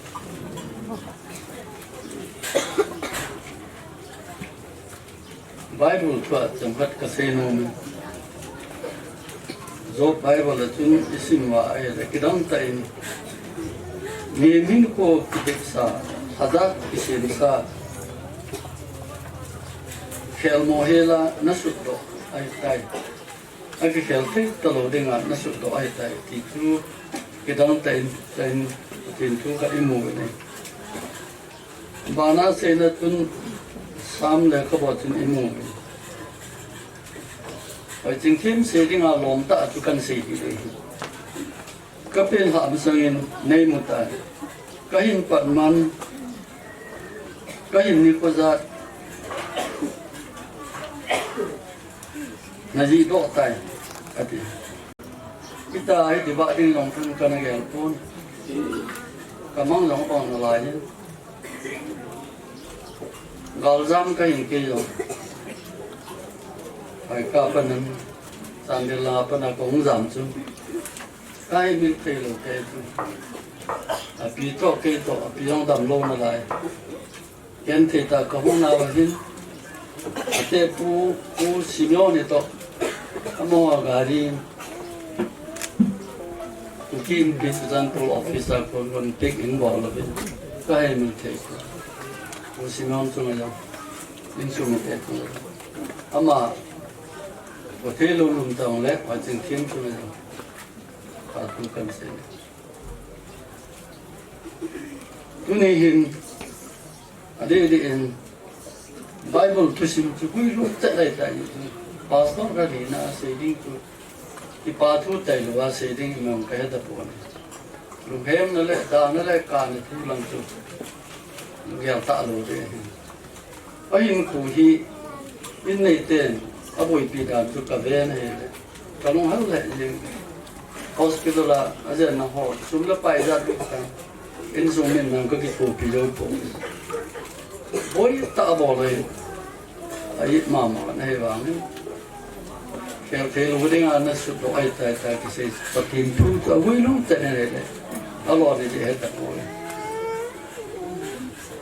น้าวันนี้ฮอสพิทอลละคนตายก็ตีนี่ยิงกัดจามจุดอันนู้นพอเนี่ยบอกเลยหายกัดกันแต่ว่าจริงๆฮอสพิทอลคนตายตามจุดกำลังอยู่ที่องค์ละพวกไอ้ที่นั่งตักษาใจเลยที่ตัวตามนั่นนั่นจุดกำลังนี่เลยมีก็กระชิน hospital ในตาวนั้นก็กำมันว่าเลยอาการนี้มาจากกระบอกที่ตะปูนอับปีดำลงนี่ก็ผ่ากันไปไอ้ที่จุนนี่เห็นอามาอาคิวินี่ funeral service ก็อมติดลงเลยเกย์มาเกย์มองก็ที่อ่อยหมอเองที่กินอาตงเลยโปรแกรมเสียหมดตรงก็ที่ป่านาตาขัดทุกใจนุ่มประเทศกินพาอันตีนี่Chairman tu patu kansi, jadi program semua tu yang kita patu kansi. Tu ni hin kerja lo, tu seperti ho. Kita mungkin kami mesti pas lagi. Lepas tu kita sendiri kita kami tu lain, kami lihat pak loy lo kan. Oh boy tu nak kiri lu setin tu. Kita nama ni cuma kita entah. Kaki pare kita entah. Apa yang mi pahin, ain semua yang mi pakai. Katam kat selain menahin kain kawin kaumlen. Kalzam untuk kanglen. Ngai lu tak ni jen kain ni. Akhirnya ini tapi selain tu ada mi kom nadi mun pulang ramdan building gitu selang kom nadi macam ada lim bolowin amalam kan dunia nama alam kita pun ama tu macam ni ke lawan ni ling ke ini ke kalau gim je mana dunia yang ipi je ham itu satu je macam tim longan pulu tinggal le ai temu tu kan tu tak akan pulu macam apa Pingkal ke motor tu nenggak, anai mama dia yang dengan orang tenu, bumbung salen, di akhir yang kita. Ani cina, apa yang gamla training jen lai sung cai nai lo, kita le, aku tadi kita tu kita dan tipai, najia tipai kita kita itu hari itu, abang dong tu lena orang, ada orang. Untuk tu ini kena lungin. Dunia jingkalan mata nanggung cerita. Kamu sekalian. Ama orang nampak cekin itu ni minister pada aku nak kecil ini tak jadi. Ini pakai pertunjukan sama. Atau yo si mi kontra malam itu kami esok. แล้วข้าขัดกสิมมาเลยกสิมกันAlexander the Great ที่ไปวิกเตอริงาแหลมตรงนี้มาลามีหาที่วันนี้ดิสิตรงนี้กัน East and West is kolamเลยตอนนี้Neris kijen sari wan mo ikhari sari dal mo pa kita kada si tunin tempat kasi kasi krimi dam ten da nasata pakai ko mang itunga sumla pa ilo yala indi ten abola ko itu ibol sa ande doktor wa ijensa nurse wa ijensa kadam te ta po sa insumite lung suma anu apa yang ada lagi pun apa soal itu sih cuma cinta aja. Elektron itu kerja kamu sitan, amana sih kan. Kecil ni le, kalau ini apa sah, tanpa itu doktor ni kuasa dia. Ni dah nanti dulu. Sekarang tu nanti tu tanti. Di situ amana. Mi cinta mi lobi kan. Akhir atau tu pun tidak. Kei pengalih tak lauta kai bang. Inku hi doktor kurang. Doktor jente tu nak masuk specialist, very specialist. Oh kijensa. Dam terura. Aci ding beda tu siapa. Aci ni tu doktor mana zon sari. Di sana bersatu ni minggu hi jente tu nak mungkin jente. Large orang tu. Info supaya kaya umahiti bang. Heading di tengah itu, lesin info sini tu yang lain. Tambah ini macam tengahkan sini. Tunin,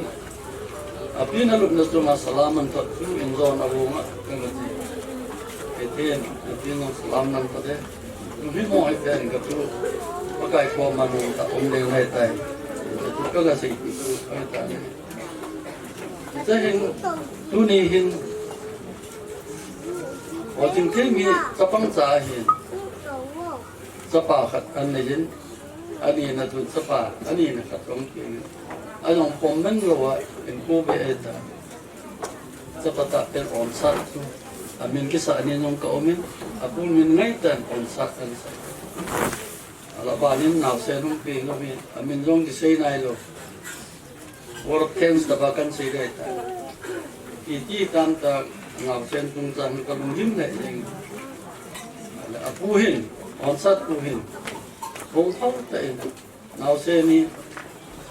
nu betul lah. Pojeng tem pamin kilah oh. Ati nasi, kata asan mak. Sepa ni se ni loh pojeng tem pun it loh dia muka. Bongkau tak pun. Tak ngawsen ni. Amin anapin. Pojeng temin. Amin lion ni awak tilai. Lion tak aku ini. Apu min momong tu. Apu napi tengguin. Kata kau kejang. Amamin tu lawin. Jangun mon. Tin. Karena sawit dia kejang ni. Apu teh cuma. Ada apu sinyon. Amin puting pat tang. Amin. Bongkol tak. Karena hok share board. Lopi besar. Kita tu nak dipatu kan sini. Itulah. Ada ini gunihin yang sering tampi kehebun. Apa yang hanai lupai itu kopi kaston kami. Apa ini tu jingkar yang kau biar lakukan ini cerita. Apa lain tu? Apa pakar yang ponan ponan, apa ni? Di dia melihat ada ni thong ngain deh thoi. Apa hen apa leh nanti ampi home, mereka harus sepuh ni. Kalau nak dia nak teh. Jadi jadi tu sama ni tu. Pemilih kita nanti asup pintar ni. Baik orang cepat berkasi. Dapat tu kalung sempat jawab. Ini kiwin dia ngai boy nong dalau dengan baru kepada. Kalau kupikas tu mak boy tu halu ni kat kucing dia. Boy nalin tak. Apa le kesong kece. Itu pada bila bu mula nu patu sah. Tu mana ni bu kat mana. tu nên chỉ chụp ống tập bảo thế cái ngày qua cái lệ tu nên thì ở trên thế mình selain nào pun abang dan satu hak rồi ta theo insung pun kita kelin mà xong mình sẽ tăng cái cách uống sau của buổi này ngày thứ mình ra tệ của nó có sẽ thêm nhiều lên chút trong những cái sự tại này hiện tại cho nên mà sắp tới này ở trên thêm nhiều những số người tiền bảo thế cho nó bảo được làm lộc à nó phải ra lúc rồi ta dần vào thành phố về tại thế là lúc bắt đầu cũng theo lúc bắt đầu làm mà dân tệ chúng à người tệ chúng à tu tu các cái cái rồi đi đến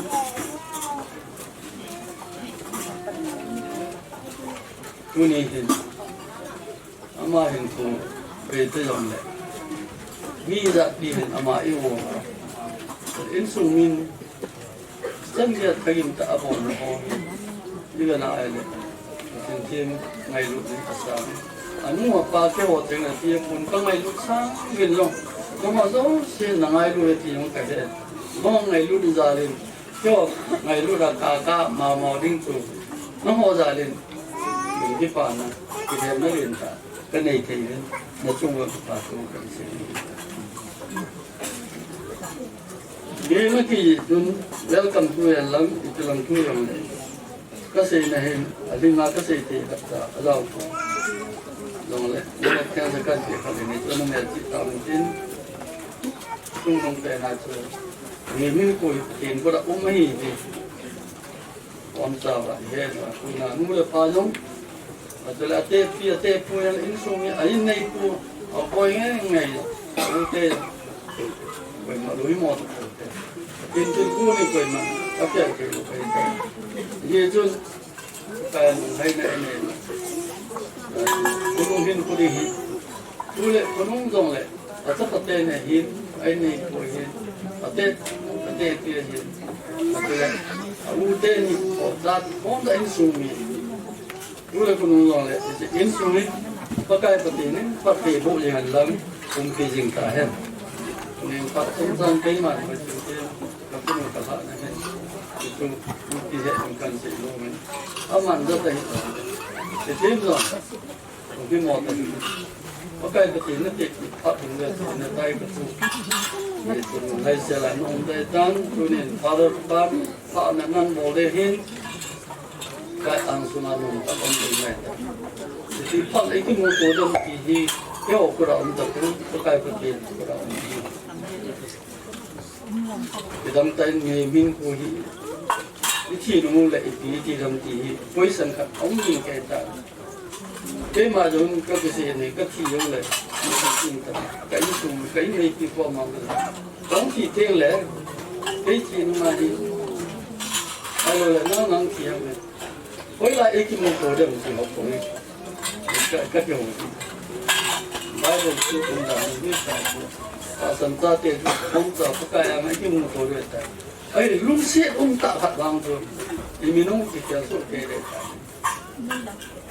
Iminong tu, ni nak buat tak itu. Kami orang tu pun begitu. Kita lalu pakai orang. Orang kami pun kita lalu. Jadi waktu songkang kat kapi ni, jadi songkang tu minta kat kesulitan. Asam pabol nak kiat, jadi minta tu pakai EP itu ingat. Kalau kami mungkin mesti minta tu dia, dia minta tu, kita tu kalau dengan lesen itu mungkin lain. Asal waktu dia, lesen pun nak tu mau, itu hotel, si songkang kacang loy, minta kisut itu loy, ini nanti, bon tahu cuma dengan pakai begini, nak komodo si. Ayu ko be tong le ai ching chen dong ai sung dong ada ada anu apa kia pu in sung ni ko be ang ko nga yo ai ka yo to le la nga bizanga me na lo si na ko lo si om ta to pakai pa ni pati e po jing ta phía tây phan muốn lô đình kia sao vậy tôi sẽ bên nên chỉ phụ gì được chẳng vậy ngày lúc đó con ngày kia là con học cũng có số sao là tăng ngày lúc là con pha tập cũng đủ gì ít giờ là là tu nhà cà mô cà sanu cà nau là chừng thiên mồ lên là sung à ngày lúc nào cũng tạo ra hoạt động chỉ sung à nó sẽ bên nên cái là nào lệ cái ngày lúc nào sẽ làm phải bên bên này thì hoạt động xin đi một vợ cô bên đây tin lệ quay cái cắt ya bia hết mà em đừng có hành gì luôn ông sắp cô ông có say sắp bắt đầu in cho cái gì in lệ ama hi jani hakat pet sa ka bang ho na lain ko le de hi da la in ama kuni le tal so dingin e lu sia kom tan ko mo ai lo le hi la sa pum bi jong le apa kuni su ne nga hi kigel ha na le ngai tu na on kini jo ba hi chalaya ông sẽ hậu phát trong cái kỳ lệ ông sẽ cố hi nào không được về này ông không định được có tiền lệ bây giờ in pipu nên chỉ đi đợi hàng đống xài rồi để in pipu thì lu lại bao in nên sinh cái tiếng anh ấy na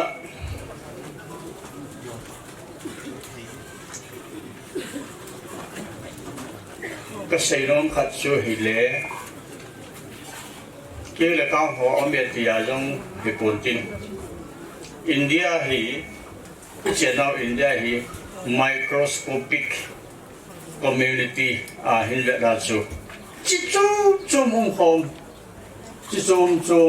chơi không in India chút gì mà không xin mà đi cú lại rồi chỉ chung chơi không cái nên cho nên bây giờ thì chút gì mà hết chút gì là chúng tôi đã hết cái là bị ô là bị cái gì à rằng hết background chúng chỉ hết những người họ mà cái chỉ cùng giải pháp upa vì rằng vàng phô hết sol bu ai đó là sol là món gì hết rồi đâu ai hết tu lại cái xe hàng là có thà rồi gam thà register mulova in nông ta cái xã sang à cũngจะหิงบิลังบางคนสมัยปันตุการขัดตะบังโวบูตะบังโวบูตะบังกิสอาเจียนสุ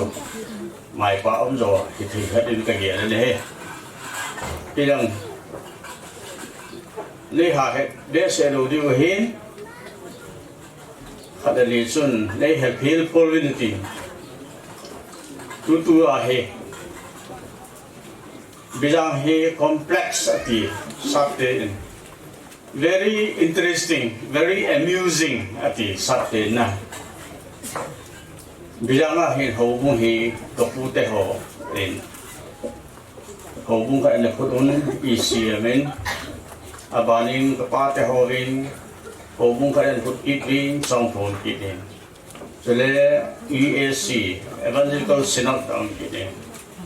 Sele hubung upata ta monong ta sonong ta hubung upa có dấu xì mang có sama pangahirin multi thì chú phung khaya cái cài kho mà hubung upatsi apa sort aho sapu jahi ordained minister Reverend Thangku Binto Thangkai ito ang khatsu phát đăng hôn đăng à anh em lo bê kapute kapate khangam lo bê sa tu khangap na hi Reverend khat nuôi ra hubung ordain upat ngale gu segilegi tilang he kahivin josun khole ve hi theito sana ikhut to a khole ve hi velinga hi kahive ti ka se do don ti tu ni hin loi le golte ho pang ko lang pet vin ong kum suin program bowling sailing tam ta he umai he ka wang sit ji zalo ti de han jani khat ka koi lo ki bin tu ni khat koi lo dingin mi sin hoji lin la kha ve he la ka loi ho ko ma chu o le pa min se ka te ka kusuma ka ho bum ni ka khumi khatin ei da ha ve ne le chi ka dal de hin tin o le ka nga se ni ho yo se se te ta kan nu si je nga pung som le ma khai di hi ka tia pung som le ma khai a hi ma sang minit khat ba la kong hai lu de pai la pu na he asalang ka prang langa ka na mong hai lu da la ya tu na he vn program pha ha si nan lap di hi ya e ki ha sa dang ju ka hong he in chi chu ani na hen ti athum na chu apart le hun ha platform he ki tu poi ji sei na pa da ai poi nan ti kha di hom na su he thi e pon thi jong la tu nu tu ban ti jong la cái tao bằng cái xin của gì na he nào kêu hồ bùn nào hồ bùn cái tím rồi ba chỉ chuyện nào vàng của gió bị giang của bia he ông không dấu sẽ u nào à bên không tao bằng cuốn độ nó khát tao bằng ai cái vật điêu cái xì vật cái thiệt nó ai rồi lệ cái nín nó im sao về he là he u lên nào sai he dừng điêu he cái lùng khát nó Krista và ngã cái hồ hi cái bung khát hi về cái phát triển gì đều hi cái gạo già đỏ lên nuôi tê họ ấy giống về số mà nuôi tê họ giống phát tất cả phần mà họ thấy có xuân ăn là và không thấy như sao giá cái họ đâu xia của nó hi bây giờ hi cái gạo già đỏ chân bây giờ ngày như sao mà cái tút nên ở chỉ bị tạo lên cái số lượng riêng tạo về thì nuôi tê họ làm cái này hiện nuôi tê department họ có số mà nuôi tê cái loại hòm họ số mà chụp ảnh chụp phôi youth club tê họ rằng cái chuyện biểu tiền cái hiện tượng các bạn ai rồi cái bùi đấy các bạn anh ấy youth club họ pan lá đàn họ là cái giá in cái bản hệ riêng cái khu về ngô cái nhà su lùng thắt khắc là cái hi sense of belongingness cái gì là ya hi cái khu hi thì mà hi là pan cái là hi thì phố độ chỉ gì giàu lên khu cũng rất đuôi tu lại lùng bằng hi mi hi khu hi sự mong định lượng hi cho cái hi Manipur government hi asim vào hi vì rằng khu hi thậm chí hết rồi chú này chơi cái gì alo này hết rồi khu xây dựng này lại cái idea đó thì hiện tin cái lúc khác cả cái là gì mà chú này cái bung khởi Krista cái bung khởi cho nên bây giờ vang có số mà mi cái gì thì là ngay lúc này bữa đó dừng đi rằng cần tiền cái rồi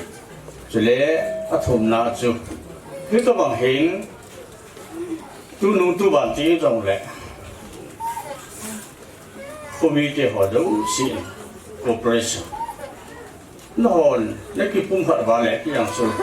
thiên âm cái bên âm chỉ khát cho cái hồ khát hi bảo sao ra cái gì na hi Assam Rifle siêu ba hi cái hồ bung mi họ lệ không mi họ cho anh em bọn ta cái nào rồi anh em các cổ hiện siêu ba chứ vì nó bột rồi đang ngay nè mình long hồn cái tàu mà ngay sung đất đằng cả ai lừa đàn nó hay giả các ai ra là đi vào cũng cái tê số thì hay im này cái gì nên bột cái nào lại cốt marshal là này để cái thầm này cái hồ bung mi cái khu bia thiên âm năng là sự cái concept là thiên âm cái để gì ai rồi đàn chân bộ chân tụ ngày đó mong thì thủ mình tu nung tu bản tiếng lệ bộ ta cổ nghe tin sudar major tên cho các hậu sĩ này nó lại ra nó không kịp biểu nó hỏi ta trận này bằng cụ cái gì thiên tu xuống tu cái gì bằng chỉ cái gì bộ về cái gì có hậu sần ra cái này bây giờ mi cái bùn hoa mai cái lùng khát đại lệ hậu sập bùn yang số pi lô ta bằng ai bằng ai cái là tu chân cái pastor commando yang isa iba koi ma ching sung noi deu lo mi ka kom lai chun a topic to kitu cha bi do na gol hang ho group faction ni ke ka ngày năm chậm bi ka sa sa dang tha nong che che dan ka a do lo na sa ku yang ka ki tim do lo ve la ga ho kia re na pan dio la kia ne na pan dio refri kan mu de na ke ka me hum ke dio cái hạ làm không thấm đơn giản là mấy trăm cái chạy chẳng nghe cái cạm để cho bạn là thi lông cái phòng để cái gì đấy cái thi đâu đâu vậy cái nào phải sợ chỉ dẫn rồi cái nào cái cạm đồ đấy cái chỉ cái là bà xuất qua không nghe thì lấy cái là riêng mà làm cái này thì âm ai thì có cái thiệt đó gì cả rồi cái chỉ có trình độ là biến chú khối lên về nu nào cho bằng những cái thầy đám vào cho mà họ action cái cả là class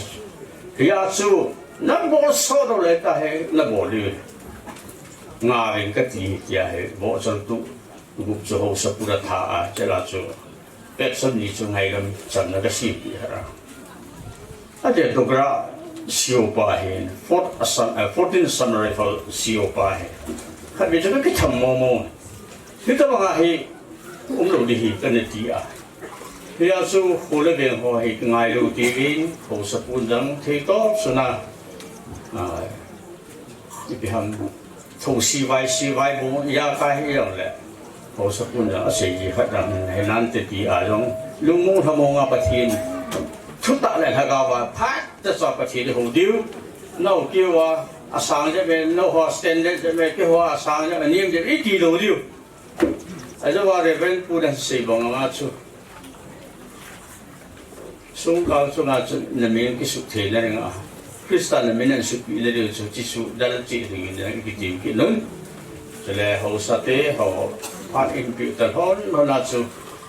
ki ma hong ki phun na ta gong go ma chu BA member simang pa chong hap chun pun ka puno moving aja chu nó cũng sai sai rồi lại cái điện ăn ngạn này cái bị như này tại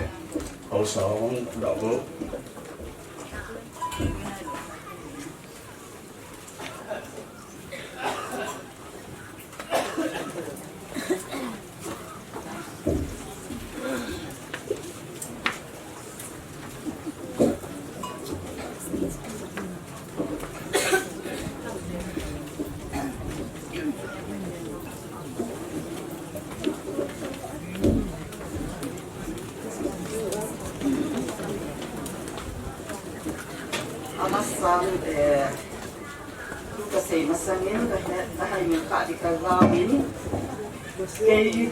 cái họ phát ăn cái chay lệ BYC hòn dòng phát ở bằng nô một bên BYC họ cho anh khi hình đình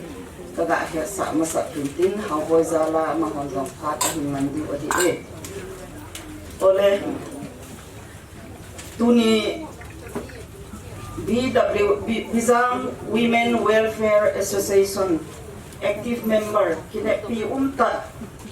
nu Florence hoi ching thi min ada tha naw zia ama ngai lut na zi le azi acha a in sung mi te lung hem pi na zia a hung khom ti ho zo si chunga Bizang nu te zo si menin salam ka hin bolowin na chungwa ki pathu ka hin khomowe tunin Florence hoi ching thi min ada tha naw chunga BWWA member chan khom pi hon kai naw le ada tha azia cha te ain sung mi te zo si kalung hem pi naw ka phung do ove ole tunin hin chi in sunga nu hoi ching thi min ada tha hi mi hem ngai tu na chun ana in aki hethem thei pun na azia cha te le ain sung mi te chunga dinga amo pu na asan lai ta acha te ain sung mi ten ama akingai wa alung mun pi wa akine pi zing lai ta u chule khosunu te in zong ama akine nalim ta akine zing lai ta a photlo lowa eida tha jing hi mi him ngai tu nan igela hi le fera ki sathe ko na ama kum som ni le khat bo a hi in aki sathe pun ain la hin khu chunga thu nei pa ipakayu deidan le avai hom dana hi e hom him deidan samjang ti jong apan lo dan e het se sa ovin na e tu ni program hin tuisi hi wa pada tu ni change ya e pui thung tu ipakai pathi na hin mabana e pui jom pe ding jong ipakai pathi na hi in hichita bang chun hoi jing thi min ada tha azia cha te in sumi te ho jong mabana tu ni change ya e pui thung tu pakai in mabana e zong apui jing ding a hi ti hi tunin atha tha igel do wa chule mi pi hung khom ho zo sin jong e ma a chi na igel do de win ka de yin chu ting le chi thi na lu sun na hoi jing thi min e da tha nau chunga hin azia cha te ai lu sung mi te pakain atha a lungmon na tha ta sa le thagawa lungmon na tha le ki pa na tha a pathe a hin bu a amasam hin kho a hin ngai tu to pe ding hi nu te ho ka taw naw le ka dei sa naw a hi e sun nu te ho hin ka chi pi da no win khosunga BWWA member in China atu ting le ama it na ve sa na le ai sumi te lung hampi na ve sa na in alung puna katum siu a hi in hi chikin chu hin mango wing katin hi chiding a chun nu te zo si ta thangin BWWA OB ho humowin tin pun hin khu wing katin hi chi chu ke ho pha chai na a hi e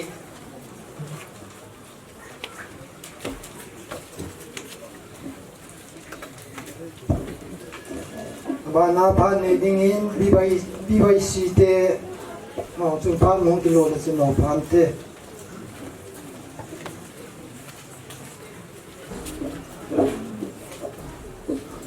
ole tu ni ko a un kal sun nu hai jing thim in he da na chung da un kal sun ni pi lo zo se ka na salam pe pi e sule in sung ni te a hi par simyon te family hi ai ti la ya zong hi pasung ngai lu ta in sung a hi bin sule tua om ta lo nu hai jing thim a pa sa zong hi tu te tu a ha boy zong hi BYC a na executive member khat zong a hi ni poi mo ta a hi na ban ba yo an zong hi si nu hai jing thim he ta ta na sung hi bo the ma sa ka ki nei ko ni jing te yong de along de hi custom ta na tu pu na tu ba pan sa to pi ha chi chu ka bo the sun ka hin bo di wa hi en ka loi ho chun pun in choi wen lang ki chi pha ka chai chai ki ho kin ki chai ung hi ding a hi bana phan nei ding in TCLF te phat mong sun la phan mong kilo le chino ti pam te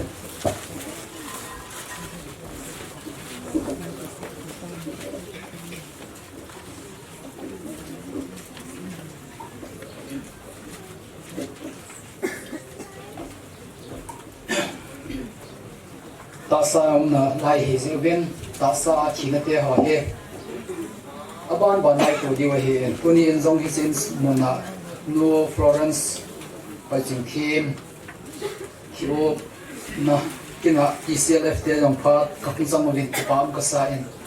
ECLF he a meaning he le a full form he le Tuibong Christian Leaders Fellowship ye he ipidinga punya he Tuibong Christian Leaders Fellowship te in istilai muna he pha hung kila ham ti he nyaw kan sei da dileng Tuibong long he district headquarter khar he to te hanin in zong a tam ta in sele ho bung zong a chom chom a umin o in mo hi som la ji a umin ai le hi ji TCLF he le o ko sum khata bung za zum zong le ham le pauzi ham ai lo le thil zum ma chi hit nam zi in ko bung zum som le gel lam ki mo zong le i ta san no chu Jesu Christa hi in ki si Jesu Christa ta san ho zo si su i ke bai kho mo wa ke pa ni hi han lang da ni hi zong le ko sum khana chiang hi to te na i ke up to dil di wa he ti he lam kai ma sa te ho in ana go ngovin ana phut do vin he ti sun ko sum hausa ko pa min le na hi in sule Glass Authority member te ho hi in TCLF he nasata in cooperation AP uvin AP uvin sule punia helai muna thina eu ko no Florence hi in ai lo le ate po pass mo senior hi in am ho jong he Saint Tom Charles tuibum muna member ka hi zi uzun tuni hin tuibum Christian Leaders Fellowship te ho in jong ka member ru khat nin ta sa e da tha wo he ti he ka phon do no le ka yin no ka hong phong do bin he ke to ke hon chun tuibum ma hin chỉ nó thế họ hiểm tiếng ngay hay là TCLF ima phát nam mà sang chun hậu bu zoom gam thắt ta cái gam thắt cái gì in chỉ ní lẽ cái khom loi dòng kim đan lâu thiếu zoom họ hiểm gì in TCLF hiểm cái phật đó in cái gì chun TCLF member họ du sĩ hin có sung viên sung thế họ chỉ là mình thế họ tiếng lệ họ in cái khom thế họ cái bồn lâu tiếng ngô khi ôm là cái na tâm thì bên này chỉ điều thì họ he đi xe lên phía này cái thằng sắp cái gì phong rồi hiện hiện là tu này he amun he location thì không dùng đều gì xuân tươi buông có sung vang xuân thì hiện họ cái khả hiện bắt hiện họ sẽ xịt hạ hiện tươi buông có sung he là vang xuân tu này he hiện rồi sử dụng cái khả tiếng là he thì zo cái gã sẽ lo hiện tiền so le tui bong kusunga ki khom Charles member kha hi ji chun tu ni hin TCLF te ho zong aga na ka nei ji uvin tui bong kusunga Christian te ho zo si thalenga ga na himayati in nei te ho la ho bumi te ho ne la pi deu hi in tin ki ga na paisa hi hom za hi in ho bum ho in tui bong kusunga ho bum ho zo si thakhela ga na hi ti cái hình xe đó in thì in này kia họ phát hiện hung lão đấy có những cái đằng cá san phát phòng sai trong đó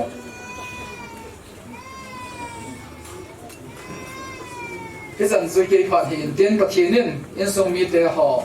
ta sai cái việc kể đâu lùng môn na tham môn na thay in là bị chết tàu hình cái chuyện về có phát triển cho nên mình có thể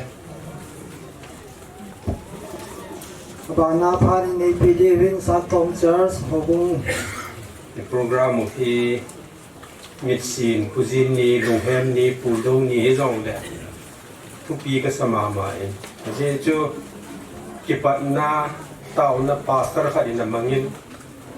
ai le welcome speech ta mangin pute phana reverend khadina mangkidin ai le village authority langa jong pastor khat reverend khat in monkey in ile ila li person khat hungin do ki sun no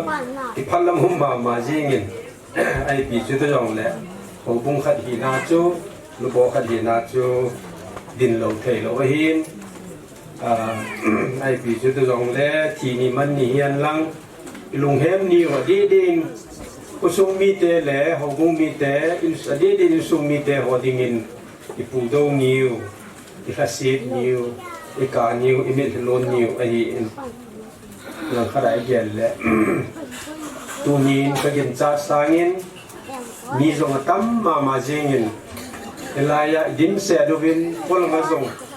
avel velin tona kipuludin kavadai le zut club te hon semena son peratul son bevin ale zang din jeng oven tigagi elai le tunia tinuri khi mà nó mình cái tiề angai lu atamin a khosa atamin i mà về tiề a ki mu chi ni nei lang khara gel le ama zo hilaya ahung zinei na hi tambe nai lo level that china lai ti di hin tin he zong le hi chan ge ya angai lu atam thei na hi ama zong mi pha a hi je ti ting na alun na te zong mi pha a hi je ti ting in kata se nei mi het thei khat ngai lut na chang hi ti hi te cho zo se zong chu pathenin anh ngô này hi zen ama zalin pathi ni thangwa ket ni nahi tuni hin ke ho san thom ho bung prom apha ki ti je ngai le chun nu ten rong pha hen la ding hi zen kadin sung hin tom chakat pha hin peng ka tin ke ho le ke ho pha rong ki pe ta di wing ka te nu ten pha hung ki la ma sat lew tun phan te San Thom Women Society te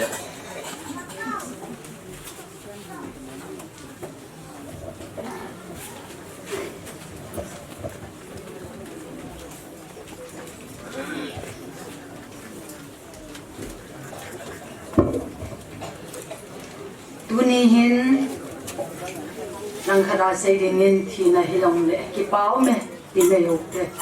aji chu adam ding hi bizo sin ngai zawen ho bumi ten zong apha se le tauna aga ki men pin nu ten zong mi thilong in en ngolin tauna ka men pin a hin la pathen thu chu alo thei la wa hui bu hi ta jin mi tam pi ki khom na gi hit hin za lam kai punan sei so ke ka ven angai lu anung langa te hin amalanga te hin mi phate hi jin mi jo sin ngai lu a hin ding dei so ke jo ven ade sarin lang sing lang hai ka lang ke ho sen thom ho bu mi pi ke hon zo mun tina taw na ni ke ro ven chu thei chana I chu a hin la a sen pan a ke la I chu zo lo a hi ta jin pathin ama lo pi na chang jing ta hen dunin nu te hin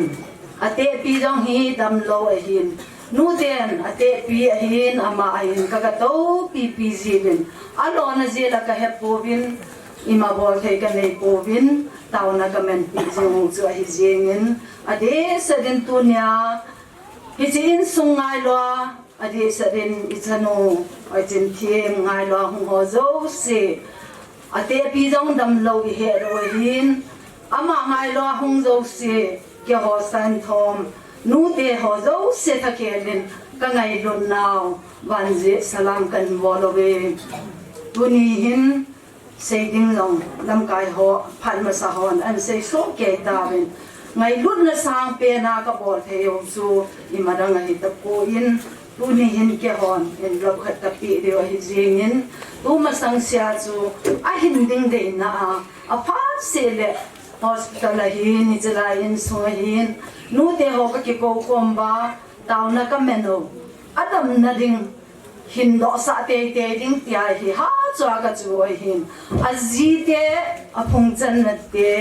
ama hon zong nei lego izaka it chalo hela bol thei chana a bol ba a chu zo lo ai tan bizi chana te saren ute anung sang ten Kata sel san gelo le ne ke pareo kata sanin hi chan ge ya mo ke body umbe selo hi ate pu de den aha zen dan su in le lo honin ki zo jong le ama dam po le apa jing ti hi ama ki gen tha na hi jing a hin la e ho bol the am ta pon tu ni hin patinin na te phi pha le ni ho chu long ai jing tan ho hung nu te hon ate pi jong hi ho bunga lam kai la ana pong jing mi nu kha da hin a hung da mo pha ra to hi a pen mon a de ra be ba hin nu te na te pi konin nung zui de nga na ki ngai cha na ki gel jing ra yin ki ta bang din mo na hum tan a hin la pathin thil go na hi zen nu ten ima bo thei ka nei ta po be ade sarin ke ho khatwe adam ding de na kaga chi ni yong chen ka seven hong dam do han lang naw me naw ki be han lang ti hi ka kin de na len pe no he chi ni yong chun ahung dam ama yong tham khat a pharo me ti thu ga za ole ka ki pa ma ben ahung dam do a naw ga be ra naw din in ma bola nu te hon wa chai la sa len khom len ti ho po hi ilung mi ra na ki ge la hin la ki zo zo khat za thong tapon tunin tanaw po bung nu te na ngai lu he zong le pathin tu te chu agui long nei tan lungmong sialen pa ko ma ki so long nei tan nu ten ima bol the ka nei ta po be nang wa ge zo ding na ding en nu ten in lop khat in pe beng ka ten na ji na cha te lungmong sela hin ko ai man the na ding pa ko ma taw nan hin ge ro jing in ki chu tu nya nu ten pavai tha naw hin tin don lam kai ho hin tin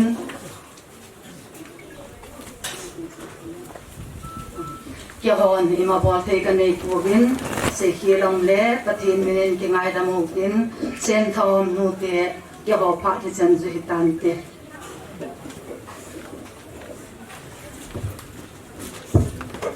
phang lai kem lo pin na program ne lo pin na okay ki pao min nu te akunin a program a boarding along en ki bol chai ta bin avel vel hi jong le sam thom ho bung lam kai khat hi na in tunia nu Florence hoi ching kim ama ain ko le se chung ain ko ada la ta cha ma ngai wa hung ho zo se ki ho ding in jong mi tam tại hung ji vin ki ho ding in jong ke thangat au min je chon hung ho zo se sam thom ho bung minin ka za naw le ka ngai lut naw si pe kan pi ve ne ti ma bang win phak jong he kino jong chu ngai be se nai lo le ki lo min than la ma hon thun pi dan lu win kino be hi ven ti le ki lo min ai pi je te jong le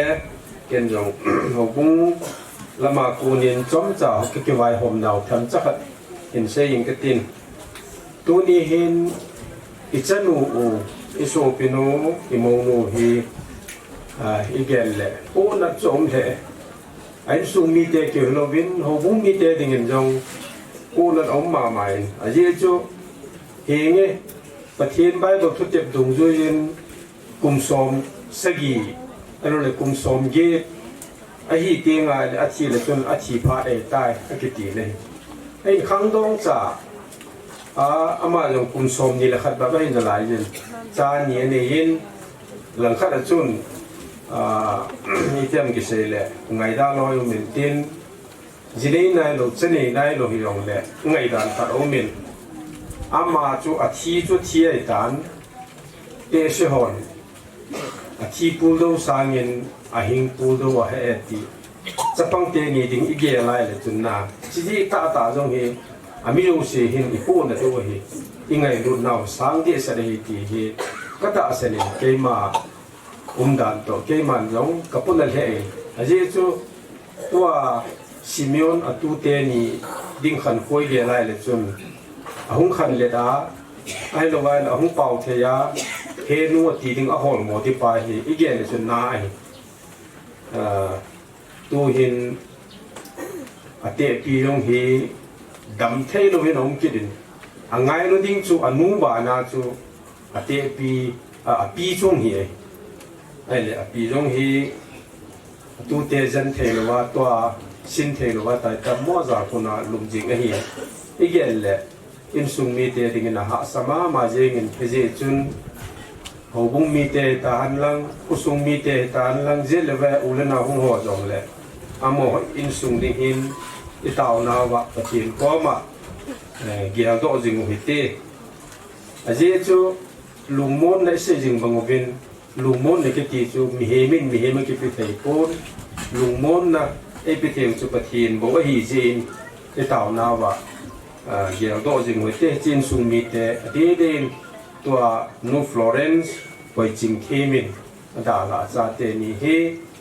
pathin in Samuel a chin manga an ki china ain kho ka pathin lenga ma dinga mi phachum ta ahung so the ya ule naw dinga pi le ko kinet la banga ahung i te le ding i taw na wa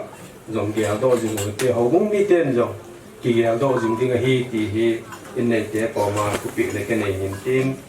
จิเตียงเลย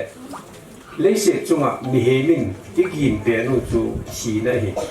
ก็ยังมาจากตู้ต่างเที่ยวปนไอ้หินโคเบเตียงไงเลยอิตาบังคิดจะพินหันหลังให้จอมเลยปะทีนก็มาจูก็ยังปะทีนจูเอาไว้หมดเฮดิ้งจูไอ้ยี่จูเสียมป้ามาเห็นคนได้ป้ามาเห็นอันนี้ป้าในกระเตียงละเอาไว้หมดเฮดิ้งก็ยังมาจากกิวมันตลอดเว้ยไอ้หินละอีกเนี่ยน่าเลยลุงมุนนั่นดิ้งจูsecond Korean bunga chang khat na ipu meeting po le na sei bangin ichi unin tabang kalesi inu hiki phela jong le kuna sa lo in that vana kane ye ti hi ichi Christian lo si jong unia pathin Christian ho jong si kinet now chu chu hi ye chun tunin ama tabang unin tabang ita sao chu ama jongไว้จริงทีมฟลอเรนซ์ส่งจุอากิเพลาจ่อยตายเลยจุเลยสูดยังไงตายไอ้วางอ่ะอีกินเน็ตดับงว่าอามาจงอากินเน็ตดับงอ่ะตัวเนี้ยตูนโซนับปะไก่ต่อตะเจียนโฮมดิ้งทิกิตตลอดดิ้งไอ้จุป้าจูอีกินเน็ตปีวะหินจริงๆไอ้ฮอนจง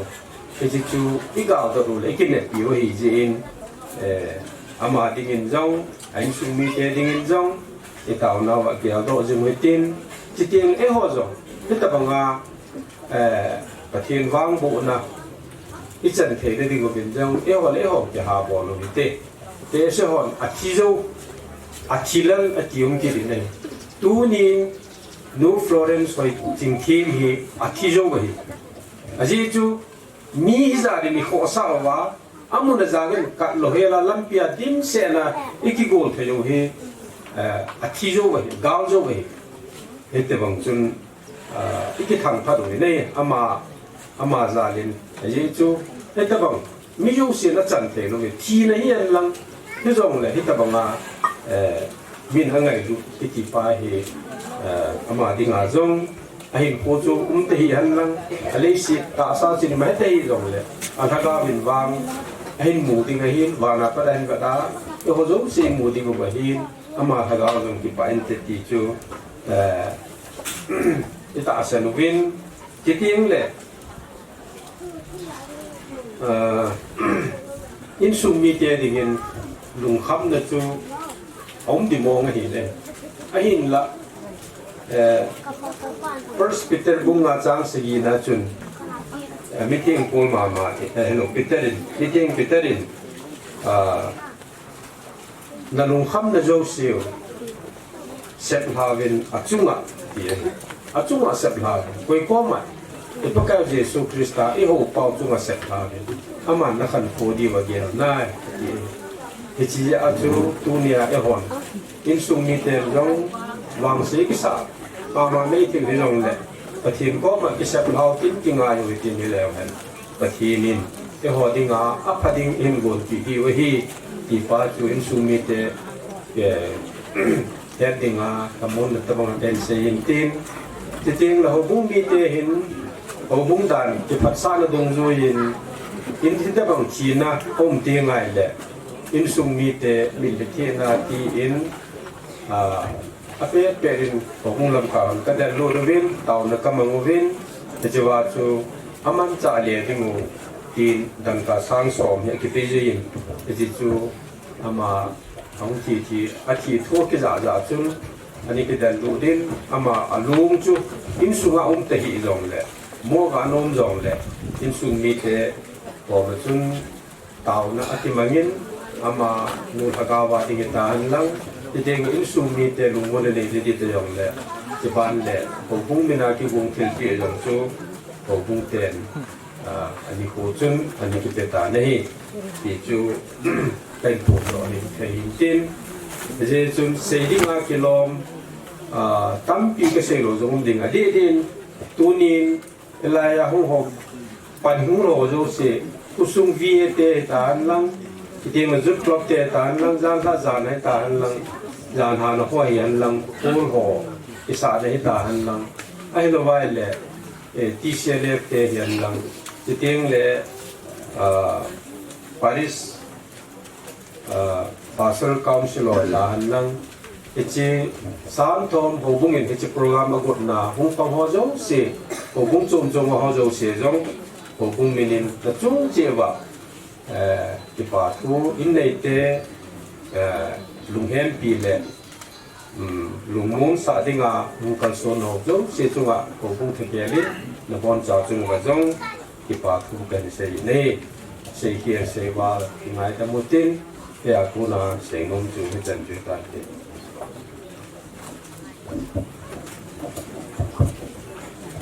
Obe se nai putin alanga ho hi sergeant nai puven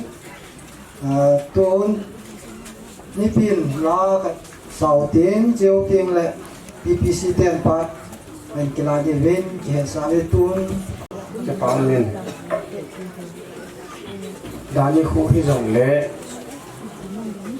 tuni him yadang to bang pun mundang thina to ake bang be pun idan chu chanu inau nu angai lo tam the i cho zo si za lin pakai phai ama sapenin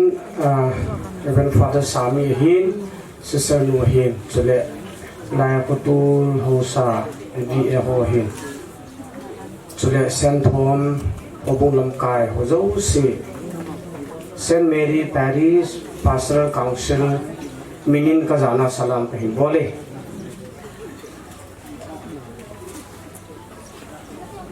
tu cham cha ka ho lim ma sagin biang vi ho chung le dia khang lai ho chung a yut te chung a ke pa thu ka po no min a ji chu zan hin zan ha zan chen ve dang chung ni hi le bizang yut klop hom ni phasa happy no menu te pa tia nong bin ka che pa ma man an zon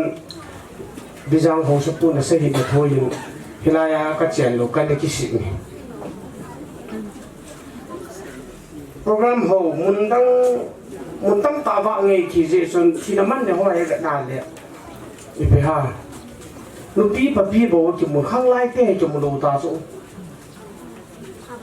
ông dâu xem anh lần khát nào phone bị bẻ khoai rồi, lao sân tận rồi, anh ra đi bây giờ, bây giờ khu sông à, lấy cái vai học đàn rồi, các bạn nào đấy, nó ra lên phát triển cả tháng vậy,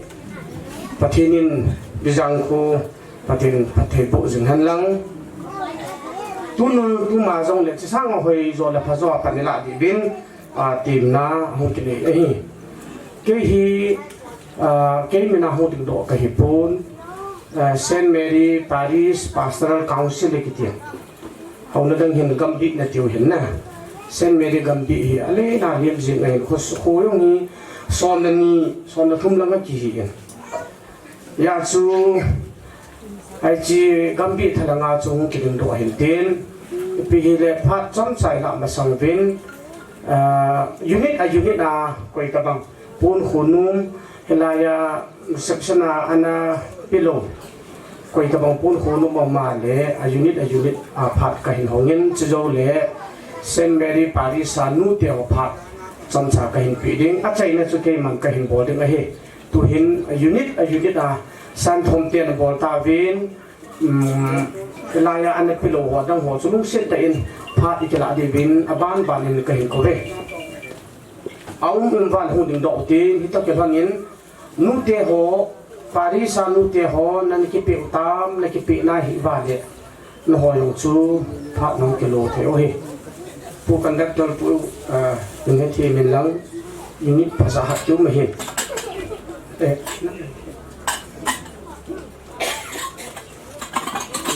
to a hin pi hi ke umna ho bung a hin ka secretary pa hu lo da ni hin nu te ho do hin pi hin tin anh mà bị lôi bị bệnh hiện tại cái này bị hi lệ unit đây lâu không lai te họ hi nu te họ ở bên này lâu ông ba lệ phạt không cái nào thiếu hết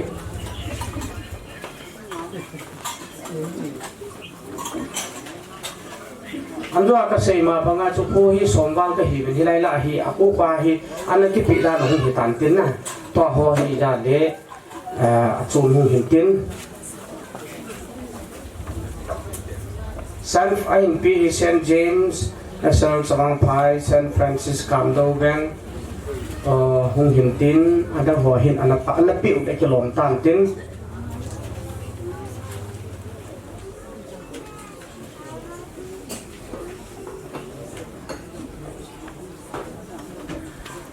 Hale unit lam kai ho zo si chong a pa thui pho mo phet kaung ho lim sangin tan kha ka che do na khat amen yo cái mi te tao te yo di de lam ka hi cái mà mu dan ka te na koi ma pe ha comment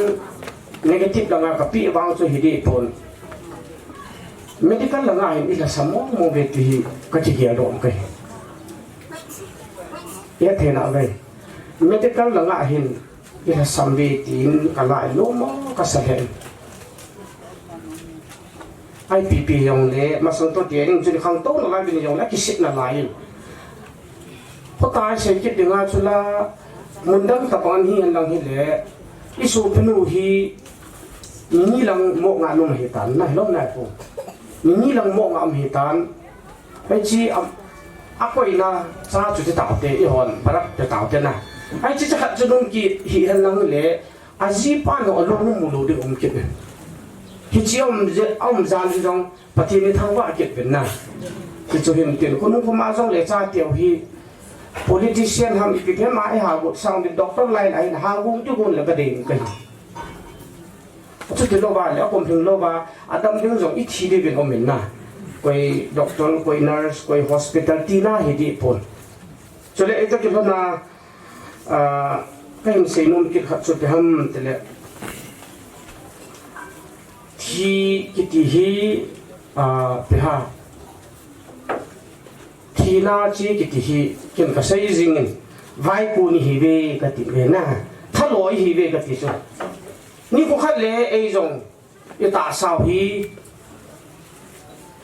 nang mà lấy vui à cái xiêm này lấy vui là số đừng hiện tại bài có là cái mù hiện là ni có khát ấy hỏi mới chỉ điều hiện cái chuyện tiếng ta là chun thu nhà ít số pinu áo bằng yêu bằng vai ấy hỏi chỉ nó là mình yêu điều nào cho nên person mắc liền tại hiện là hiện cái lối nu tao nghiền cái nung xin cái lối nu quả mà cái bìam cái xây thì nhà hi cái phần bom điều cái gì cái tiền cái gì nu vậy na cái xây cái cho bìam thì là cả lẽ cái ông chỉ xả gì cái gì rồi ilung dia là na cái gì bang thì ta làm pi cái gì ta làm alo lẽ pasal lên dong kasi nu thita le pi ka thita ram echi dia tem ta le chen iji nu mit mo na iji pa mit mo na jangai dam theya atha bia ki kilung se thei ki de cho echi jon ka phei hau lim pe in aka le iji hin cha hin aka le hin lo da no gi ige la in sungai ke ngai lut na ki lung se na mi ti hi ka loi nu kan hil ji echi ma banga chu tu na ja khom bo zo chen dong ke hi tu nya da ma ka ma helai ko ma jin la tha ya thi thei ka hi ti ke lo ngai ye an jon sei ma sayu sin sei ta ben mi hi ma hung pi thing ho kum som se gi som ge som ko ti ong thi la chen a ke lom nam na kum ding lo ong thi la hin zon gui te to sei thi mi ang ki ti ji wa nga jo sei ding ji lo thì nha xây dựng hạ mông môi ai vì cái lẽ tu nhà số pinu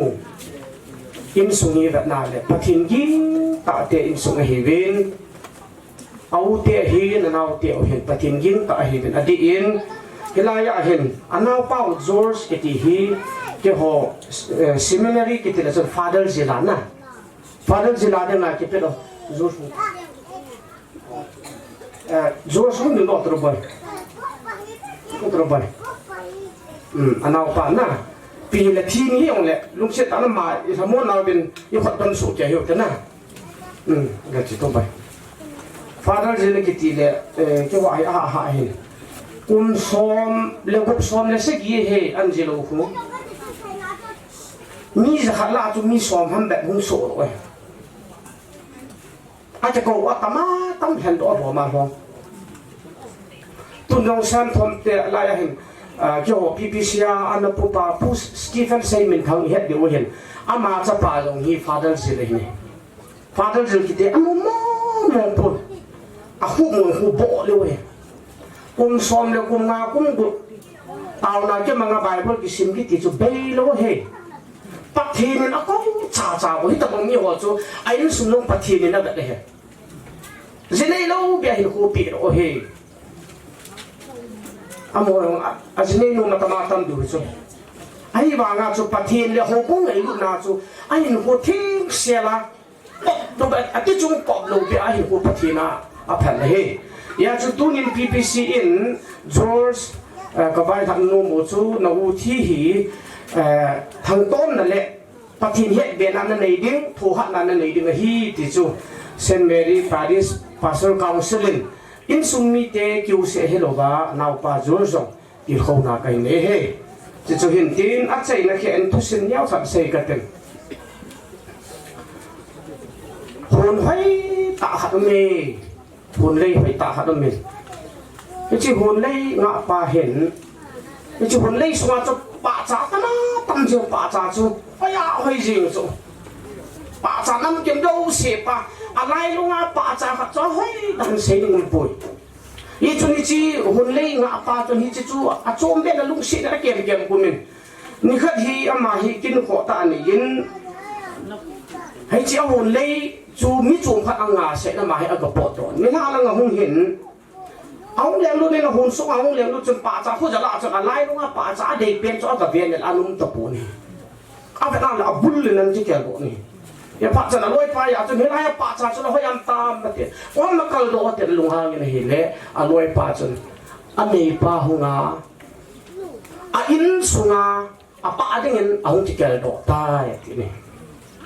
cái chỗ phát xuân hồn linh ngạ qua xuân ống thì kiểu là ô cái gì à chính mấy à cái con mấy cái bởi là anh này ba cái bôi thì à chỉ kiểu đó này cái chỉ xuân tu nhà hi phụ tiền hi vin cho nên nào pa hin cái họ hi à kia mấy là chính mấy hi vin à hi vào nên tu nhìn đi piano như ngày piano hi anh này ba không cái là hi tai cái họ đi mà xây thì này bố về chỉ dễ chun pi le St Mary Parish Pastoral Council ka ngai lu vin kan lung se vin nang jong nu min cho do in lang am zo na sei sam na so ho bangin na da na ji hi na cha te hi na te ho zo sia din nang pakai ko ma na na taw na ning ya do vin ti chu a chai na PPC thala nga kong ho lem na hi chan chu hin tin pi le to pom pi ho thiên pa father pa lam kai nan pun khan hin khu ving ka tin he chu cho ho phat a chai na hi tan tin mi na sei hil sei thung le lam ba le changai dam hiu te tu hin lam kai hong ka le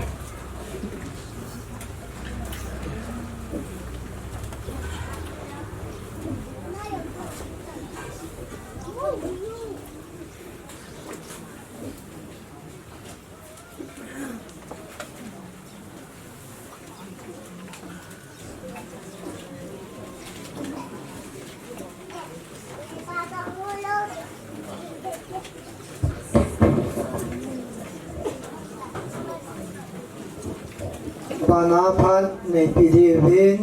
in nei te mo phat pi te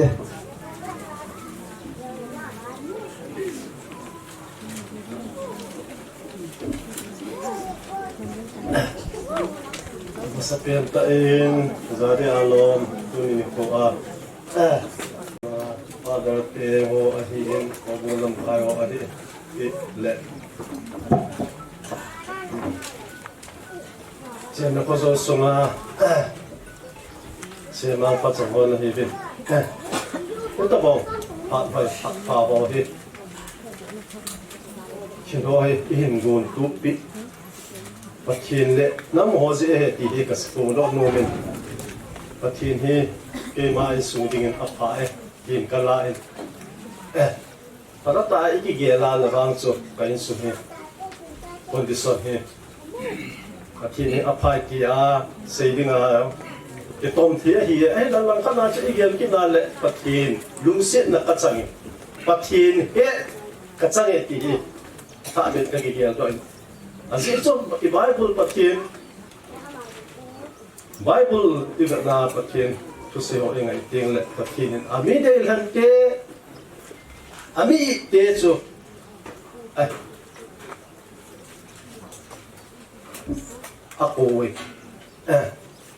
hi ti hi imovi chitabang ha chu pathin ko na chang ka hi ti hi ka he sin pathin chu ka thang ba in leisi na hin kita bango hi lo bile pathin ke phalo di hi banga pathin ni do na in pi ho tu na sto phang chung tu ni ko an ngai gul athu sei podium ding dan so he ka zo ji sei pe hoi la pa na hoi a zo dam ti yong he ka lu atong ji ji chu pa in su he ka ngai tu ji tiang a hil la ta sa lang igel le ai ta ka lang igel kit le lang ka lang ai kit ni a hil la ta sa lang tu ni ko ni tarik thuma ko na ka in su ngahin lagi ngahin ni yang kai jing ani ko ni le hoi lang ko yang un ta dem ti a he lagi lagi a hil la patinin iti chu iso sanga se hon ase ma bangin tuni na ko nong din set ki venchi patin phatna hi ati hi kamuzi en hallelujah patin tin kasame so ke jo he kai sung pansan la kai ne pi dam mo ke jo he dam mo ka hi ke jo he asma patient ka hi le se tuni patin lu se ka chan de lu he ni asain ke ho asma ho dinga chu ni sa chen ge ya he ke ho dinga hi mo ma hi ti si in ni sa lo ya la hele wo zu thi ma la da sa a u sang kon lu ma a ko ka su ko ka zo a pa chi ke lu ki ho ni ki ai la pa ti ni tu ni ni kon zong u se je ngen tu ni ni ko ko hin pat sai na ho zong boi lo be in sumi ade a in nei pu zong ke ma ta zong ka in nei pi i khel the zong lo na ke ta he pai ta i ke ho he ta ke tu ni ko he phat na pathin phat na a ke lang in a ke lang de na cha hat cha ko a ko sung ba he kum thum su lang he ta bang le pom na ho zong he am ta pu e ka le nei ba pa ko je ko ve ko kim kha no hen le ko mi apan ji in ko ni wat cha thim ke ji ai la khang ki in ke ma in sunga ta chen na ko zol ko so chunga ki pa tu ka tu a mo la hin hon hu to ka in sunga hi ta bang wa hu chu roi ka ge ke le pathin phat na hi tamu in pathin a mo chunga zong ai su che wa pathe bu halan ta chen na khozol sung jong pathe bu halan ade sa na ke ma en ta in sunga ka taw na ta ni ma ta ni ji chu tu ni ko in ade lo pen ka chang ki pathin leisit mi him kai vin ke ho hi nang ma ho kai vin nang ma ho ni ko ka nei ni ko hin boi na ho sim lo ho ni patata ni kai sa vin ti hi ke ma in sum mai cha ma zong ho in a je na ta ho in a zong pat to na taw na ane in sa ran chu ko thum kai ai la tu nin ka in ke in sum zen ka pho sum mi te ho in ka kai sa te ta pu e pathin in zong abana ita bongo he pathin in zong pai sunga chu sa da halang he te halang a khosum he halang ko ila he zong la ni kho hi za la hin pathin ni dai lo hin thileo ha ti ke dei san ani hi ai la ka dei la lo ni pe ta ti ki ta pa ben ai la ai pi so bai sei de ham a pathin thil ko he ta la ki de yo christian de dinga chu amilim ho te ki lo se chu a ki lo han ki zong le pi ki mo the som de ham ti sa nga so pathin ni nga he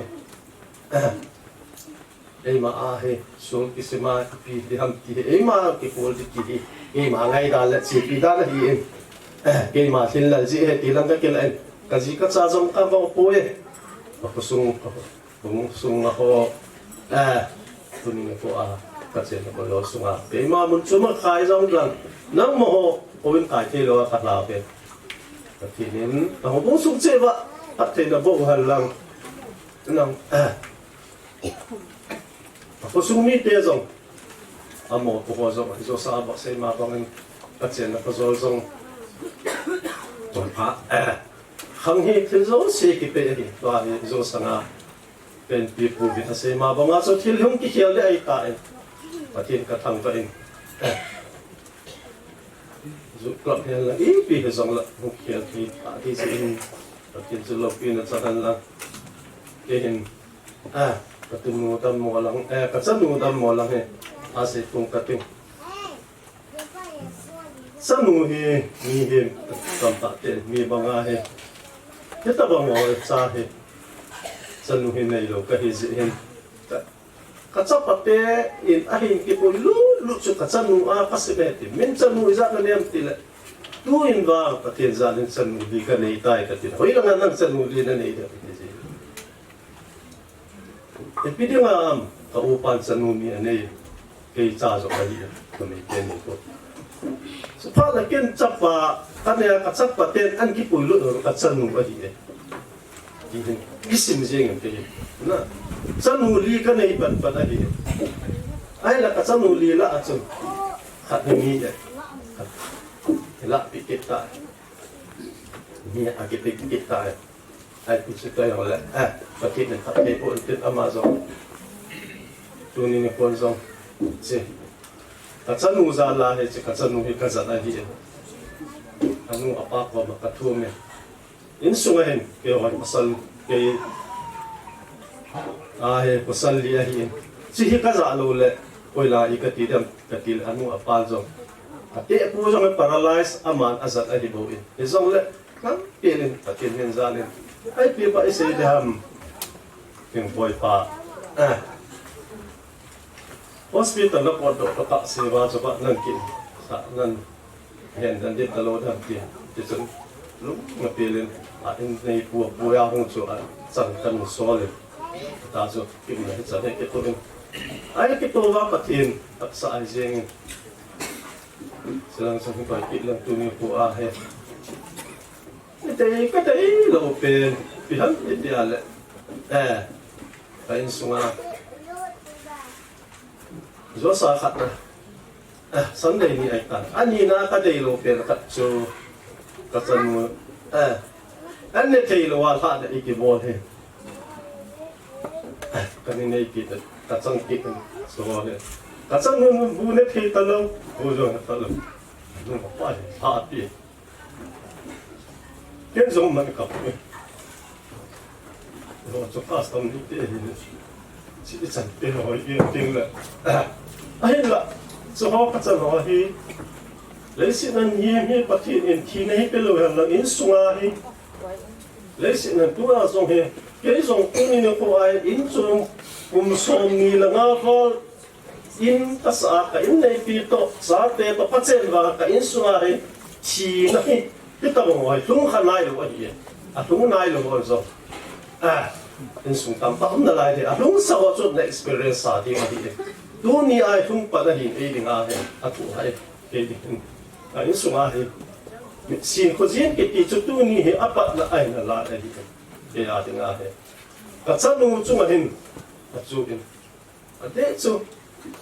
a cha pa ho ka i mo nai pu e ko sa ho chu ngan chu le ke hi Atu dali katit din dahil. Asi itu numei kami hong po kami desi.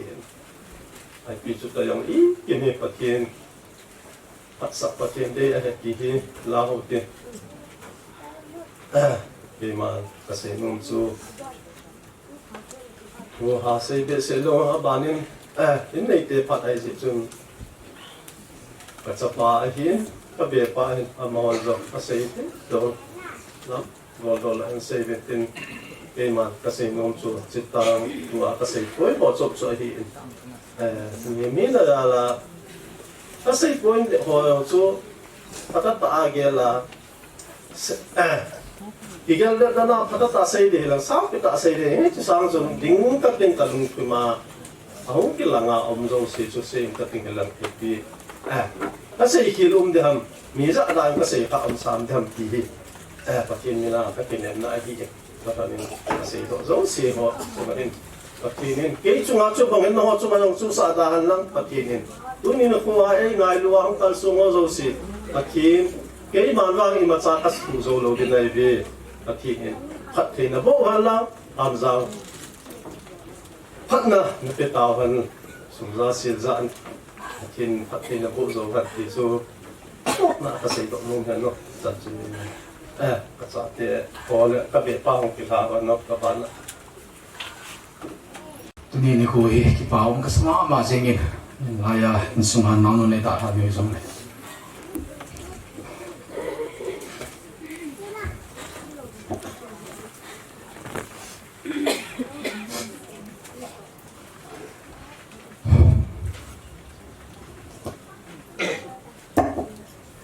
ka pa te ho hin min ji bo wi bin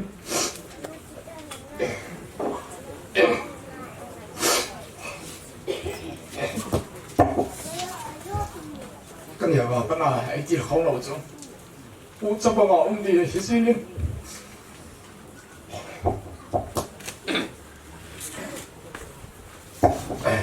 Chỉ听在cái điện lồng lội này vàng à chứ, nhiều bài nó không đi để hiện, cái nó là cái bà tiêu hiện, nhà vào cái này, mấy chỗ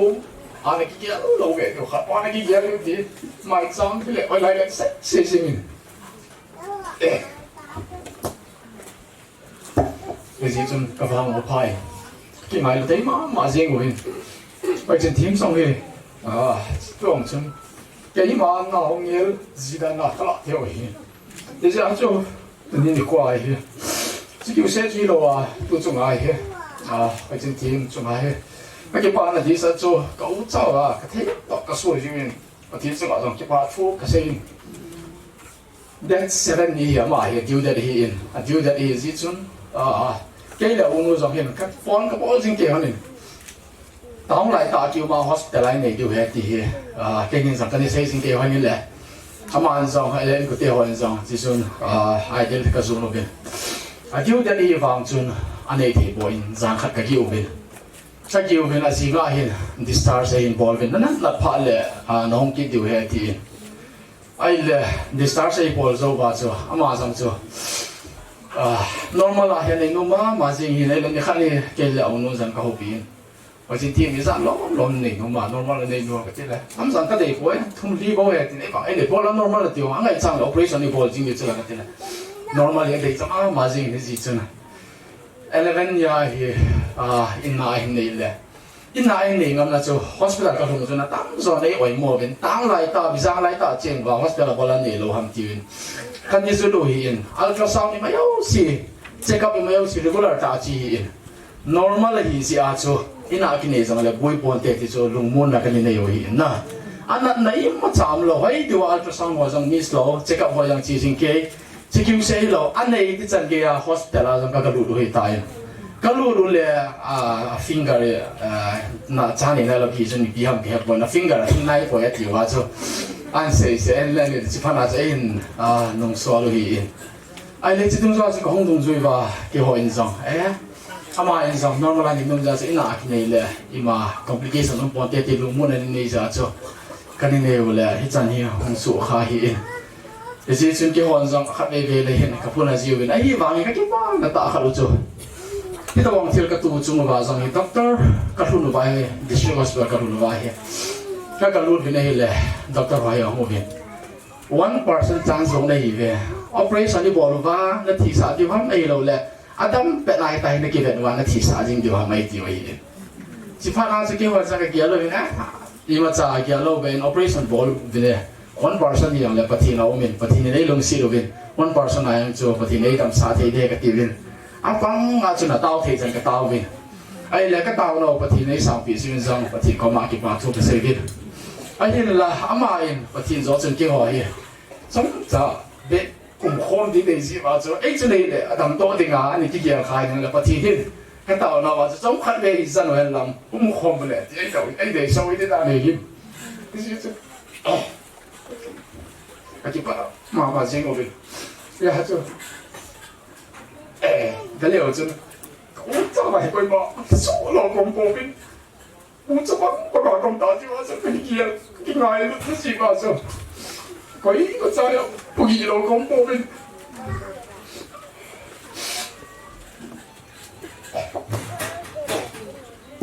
nhưng mà tại sao rằng thua cái sai nhưng mà lâu thế nào nè ấy ta là bảo hiểu điều cái kia lo vào là hai cái làm học tiêu rằng anh sẽ bin improve lo haben lấy tí active na lung dong bin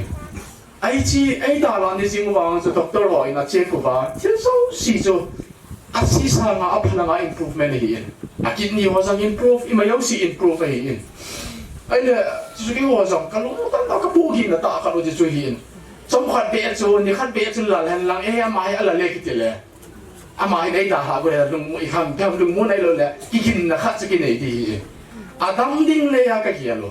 district kan tang lawa sila ko bang so ta seo simo si chu improve adam ding ha ka ko I le I cha ta ja so ka pu na we ka pu ki di sa do hi ai le chi ai da ha ni wa zong he ka ka chi win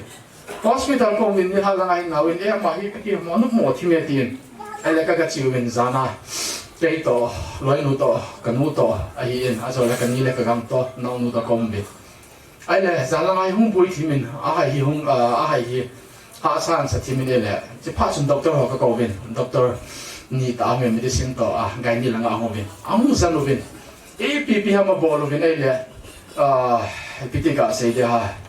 medical là sẽ hiện lộ gì cho blood pressure họ bị họ hung normal cái tai chỉ lo cái khai leo hen phát tan tiệt disaster lung mung xe lao baro mà khai hi cái đào họ và in cái rồi hiện ai là cái đào họ là cùng chúng mà khai cho in call và cùng đi thính cụ na hi về hiện ho in dòng normal thana ta so gì cái hiện thi con chẳng kia cho nào bây con chắc là cho nào là vậy là hung hại là việc thu bằng tập bằng hại là lần này việc thu tập bằng hại là lần này ai đã là gì người hiện thì chỉ sáng nào cho bây giờ người lớn là hiện lang cái là cái của tiêu họ cầu điều gì na chỉ phát rằng cái gì điều gì là lấy tiền cái gì điều gì ai chỉ kêu xe chui lo hai cái là bút là ông bị họ lấy rằng chỉ số và bắt liền công ty dia cho tự nhiên cái cái bên improve đàn nó hơi đàn cho thì anh ấy sao kịp lại hi cái chân kia cho mà ai và ngay cái trang lô bia suddenly anh đã họ cho cái sao mà riêng của cái rằng cái thấy bóng bồi này là chỉ phát ra cho cái lông tấn và gì xuân loài nuông thì check up đi từ hôm nay từ tuần nó có mà cái gì cái dòng bên đây là EPT bông à nhưng mà dấu xí là improve tại EPT ấy đó thì cái đó là doctor nói rằng phải do nên explain bị vì mà chun DIC at the end in dấu PPC là apa dah là cái phụ đại hình bằng cho machine họ này thì lâu gì vậy na machine họ cho nên này thì lâu hơn mà thì lâu đi blood hi san hi za tha som le bilang ka khai do hi na ta samo in zong ada athi zong nga a he do pan hi doctor no chen kho asa the ma jingin zana chu ka gial do in ka gial doctor pa do kyo ka gial do ba mo chun hi chi machine ki ti chu la ngam lo hi upai om poi ya zo asan da thei pen nga lo ho ka he pen hona ka sang hani hi ati chi chu hi la chun pa na chu ka gial kha chu ya leประเทศหินครับตะทุมทิ้งเสร็จลุงให้เสียลายสันติเลยจ้ะส่วนประเทศจุงอาเห็นก็คิดว่ามาจริงว่าเป็นจะคิวเสียแล้วว่าตุจุงอาให้จะทิ้งจุงอาให้คิดว่าละดีสัจจุคิวอินซุงคิวเสียแล้วเองคิวอินซุงจุก็เสียงว่ากันเนี่ยว่าปนากันนู่นเลยกับป้าหินกับป้าเดียวเดียวหินนู่นยาจิตทั้งหลังอาจิตอาโจมาของที่สิ่งอย่างนี้เลยจะเสียดิ้งอาเดลัยเดลถอยหินนั่งหอยไปที่นี่กิจงกันยังภาษาลีบอกว่าอันนู่นหลังอาดีจุงหลังอาดีมีจุงในที่มองเราเดียวที่กันเนี่ย把个来ที่ตัวเปลี่ยนตู้จันยาเกี่ยวกับสังก็ชี้ตัวเปลี่ยนจริงว่าอีไอ้เลยที่ว่ามาจะต้องมาเกี่ยวกับตู้จงก็จะว่าที่คำก็บอกจงว่าสังก็ชี้ที่เขาอินกุเตียงที่พัฒนามาคิดจริงว่าเป็นก็อีเลยเกี่ยวกับที่การเหตุงานออฟฟิศรุ่นดันลินในเกี่ยวกับสังเลยก็ชี้ที่หลังหัวสาธิตด็อกเตอร์หัวสังก็น้องมีก็เกี่ยวกับโปรเซสเป็นที่เกี่ยวกับเชื่อเราว่าไอ้ไงเราดึงอินพุตโปรเซสที่กันเองนี่สเปกาสังจุดด็อกเตอร์โรแกโปรเซสเลยบางพัดปีนด็อกเตอร์โรสังไอ้เกี่ยวข้องมาจริงเป็นสิ่งนั้นจริงอาสังจุดอินกุเตียวสังละจุดไอ้เราอินกุเตียวสังละจุดด็อกเตอร์โรสังไอ้เกี่ยวข้อจีมาละจุดคอยดูว่าไอ้สันเปียวหินลุงว่าจุดมาจริงนะที่จะจุดมาไอ้ดาหันจริงว่าอย่างเลยอินสุงที่จะจงหัดของกิสินสุงมาปฏิทินไอ้องค์ปีนหัวไอ้เราละปฏิทินไอ้ลงสินหัวก็มูเลยคิดว่ามาจริง apula cho ai ta hani wa cho pathin ti da na ada bo dia kita wa ka ta ta sa cái ta ra tu ka la hi ai ta ha the yo chu cái yang hoi di wa ko son cái ge ya la hi na ka hoi di wa lung din ta ka ge hi la hin la pathin ni cái se ka ya song chu ata wi nei le ama song chu pha chong kha bi ba ma chu ka ta lo chu ai san piu ba ma hi anh có thể là ngay luôn về ta sẽ phát trong khát ai bị điều và sẽ cái kinh mỏ cái ta sẽ cái lại này là đúng môn là cái này thì na chỉ kêu say lo hay chuyện gì ai thì đó cái lần nên mà ai bây giờ ông không nào bằng hình cái nó theo tôi thiên số gì họ bôi thì ông này nhìn mình sẽ so sánh lên ngay thì về ông này nhiều hơn bôi về chuyện anh cái quỷ nhìn lắm cả mù khai tao nó mù mà lẽ cái quỷ hệ tiền sẽ bằng trái ti the dong soi chu na dam song chu lam ka tang song a dong sama ma jing na u ti hoi ai jing so no pha le na o te bo la ai bo jing u nu jing so a te ta bo jing am da chu am ho ti lai ka ki se ki bo le so nu la sa am no pha lo bo jing a ki se chu la hoi hoi jing ti mi tua i he ding wa magnet ta bang hi in sunga ni au pe nei ba nga hi ti ta ai kai kho bu hi amai ai ni kai ki se chi lo wi na ma hiนี่ก็บอกเลยจังเลยนี่สีมาปวนทอเป็นอันนี้อาจจะมาปวนทอเป็นอาสมาจะมาปวนทอเป็นอะไรอย่างยังมาลังเจ้าเสียเฮฟาร์สลาสิ่งนี้ไอ้ที่เสียงฮิตุนยังเฮฟาร์สเป็นอะไรด่าเราจังนี่เห็นจริงปีจังเลยอันนี้เดียวฮิตุบังน้องนูพายปีอันนี้เดียวจิตเต็มกุศลจังที่ปาทูก็เสียอยู่เป็นสกิลเสียชื่อเราอาจารย์ที่เดียวมิจีน่าเห็นจะบังใจกี่บางอย่างอากิหาสาวตายอากิจีให้รู้ตายอากิจีให้เล่นปูเตี้ยเห็นกี่คำเนี่ยจะขัดกำลังไงไงบางอาเราอาทีมเนี่ยจะขัดอันเสียสิวนะยิ่งวิลเบะเราพิมพ์ติดตาบังนะไอ้เราหมดทีมนะครับโน้กำลังอากิจะสิงเกย์นี่ข้างนี้ไล่กินกันอยู่จนหอยจนทีมเตี้ยป้าเตี้ยเราปูเตี้ยเราจู่พักที่ด่านทำจู่ที่ตาบังมีมองเรามันขลุ่มตรงมันเองเก่งจุกลุงที่มาจู่เพียงขัดเป็นสิ่งเด็กกินเลยที่สีจังขัดจังสังกัดหาโลหินเก่งหัวลงนาจู่อีพีที่ไอ้ตัวนี้ที่เลยบางสิ่งบางเลยคิดว่าแค่ขัดตะโบเป็นก็น้ำมาอยู่ว่าจู่ตั้งหลายตาเจ้าฮอสพิทอลปุยเทลห้องจีเดียที่ตาเทเลยกำจังพะโลขัดจังสังกัดหาโลหินอีจิเสียนไปกี่ป้ามาจริงจริงจ้าก็กี่เขาใจกันเนี่ยก็มาเคลื่อนลุยสิอ่ะพัดแต่ไม่ใช่ก็เทเลยกันเนี่ยมันสักกี่ป้ามาจริงนะอาส่วนเลยอยู่เสียจะให้ที่มีกี่หัวเห็นอาจจะปังเป็นกี่โม่พิมพ์ทำกันทีละมาลุงเกลจังทุกในตาดีเห็นอามาเห็นกันเนี่ยวังเฮอาดัมโมซิจนฮอสพิทอลเอามาอาฮีละมาจนกันเนี่ยเวียนที่ลุงกิมปีเสียจะให้ที่จะน่ะnormal เนี่ยดิ้งกังจะละดันโดดิกันเนี่ยจะให้สังเกตที่ลำปางเอานี่กี่เหี้ยขายเห็นเฮ้ยอากี้สังกันมากับเหี้ยตัวเฮ้ยแล้วก็เป็นอาจู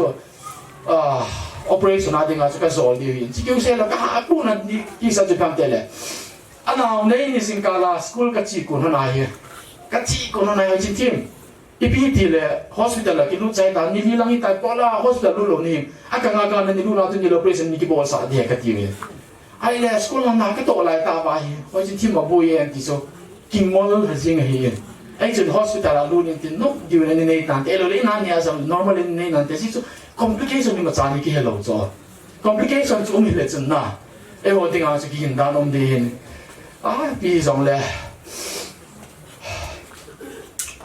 ตู้จงไงปีสองเลยก็จะตู้น่ะจงไว้ปะทีเนี่ยอาเบลเวลาเกี่ยงกมูเบสินจงปะทีจงเบลกี่ปาทุกเสีย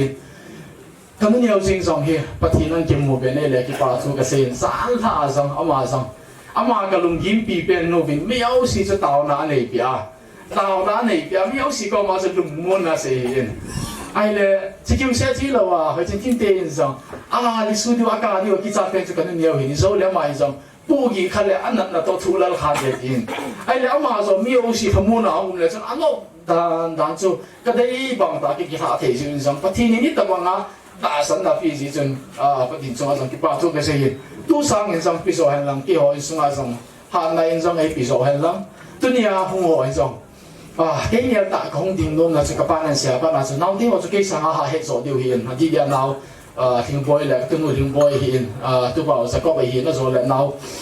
โมสีนั่นเห็นเป็นป้าโมเห็นกี่สังจะอดีตโซเวลสังหาบุยโซเห็น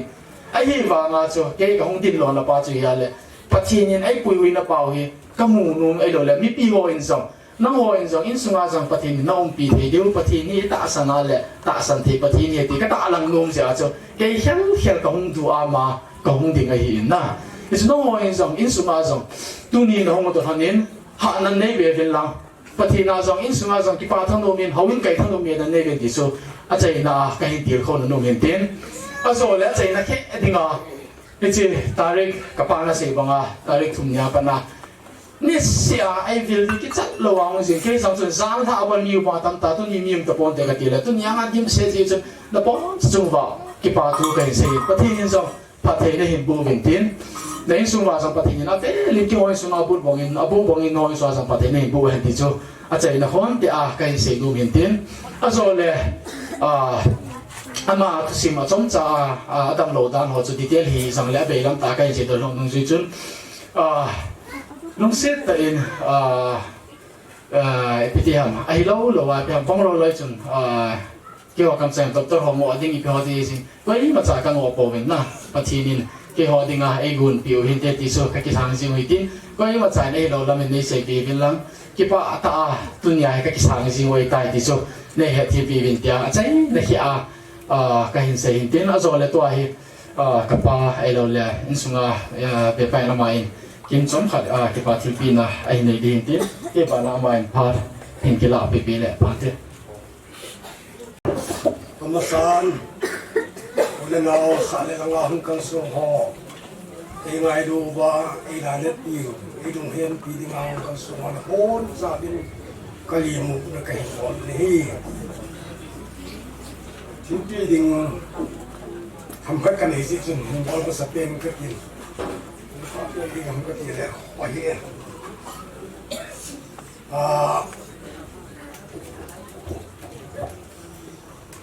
ปีเตอร์ทางสลูนไอ้เห็นได้ดอกอยู่ในป่ามันอีก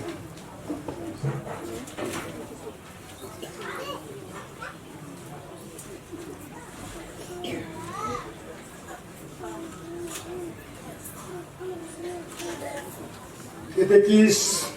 Dominic Thangnet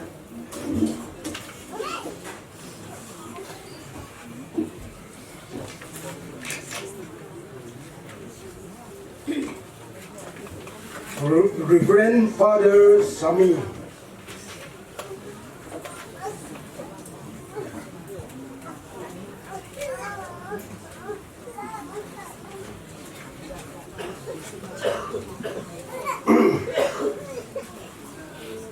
ช่วยเห็นกันตีตรงช่วยที่ทีมก็ดำหมดเลยล่ะ hospital น้ำลายอังไงลัวอันบิลฮอซูซีสุงากิปาทุเป็นผู้อินสุเลโมกาอาสุนจันลวะไงลวะนั่นตัวพิหดสมัยน้องปาทุเป็นผู้นี้ตัวนี้เห็นเสียงตั้มกิตาอมงานเสียจงเลยไงรุ่นช่วยที่มันช่วยสังเกตสิโอ้ลิมซอกปองกตินมาบ้านเราเจ้า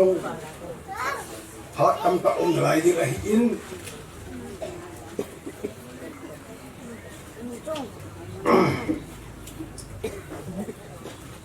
ทุนจานคุบาเกียอนุงานจานหันปีอุดนาวสานนังอาหินอดีนจานหาปีลำกายสุดกลับเกี่ยวจังหวะส่งที่ปาทุกเองคงหน่อยนี่สุดเลยอุดนาวเองไงรู้ว่าอิงเราสิที่ผู้ชมพันเลยเรื่องสมิเตนกุศลกับบอลลุน ông cao sung ngô dâu sẽ cầm hai là wa nó kia dâu đi bên cái tìm cái hết sạch đi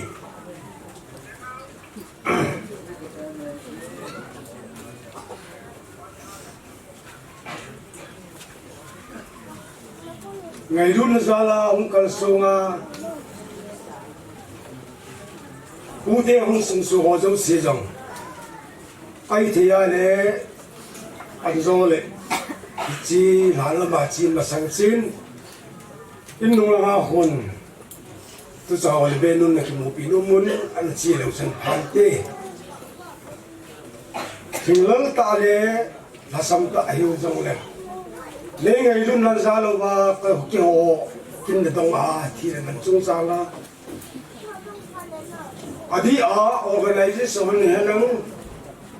association am henang charge level henang mimala hi jong le tumpu na hong tu mo zo se sunga pa thu pen khu ni pi chan chu kai ban phak chom nam ta kai la hin tim sei khilam le sei hing la lam le pol khilam le ngai lam ti san kai phak tan ti tu hen thiên phú pa naman phát in tin han langa ho aki sai nai jek lowai le ma kin zo le la ka le ni sau tin langa hon thui ne sa to ka dia tu masa khom nai ne hiu tin tun hana ko na ina ko na ano na program pa hi mang hiu tin tun Father Sami Maris Priest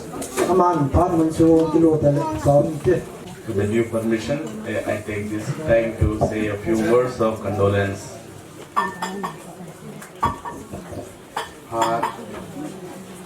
Piai dum nasangaben,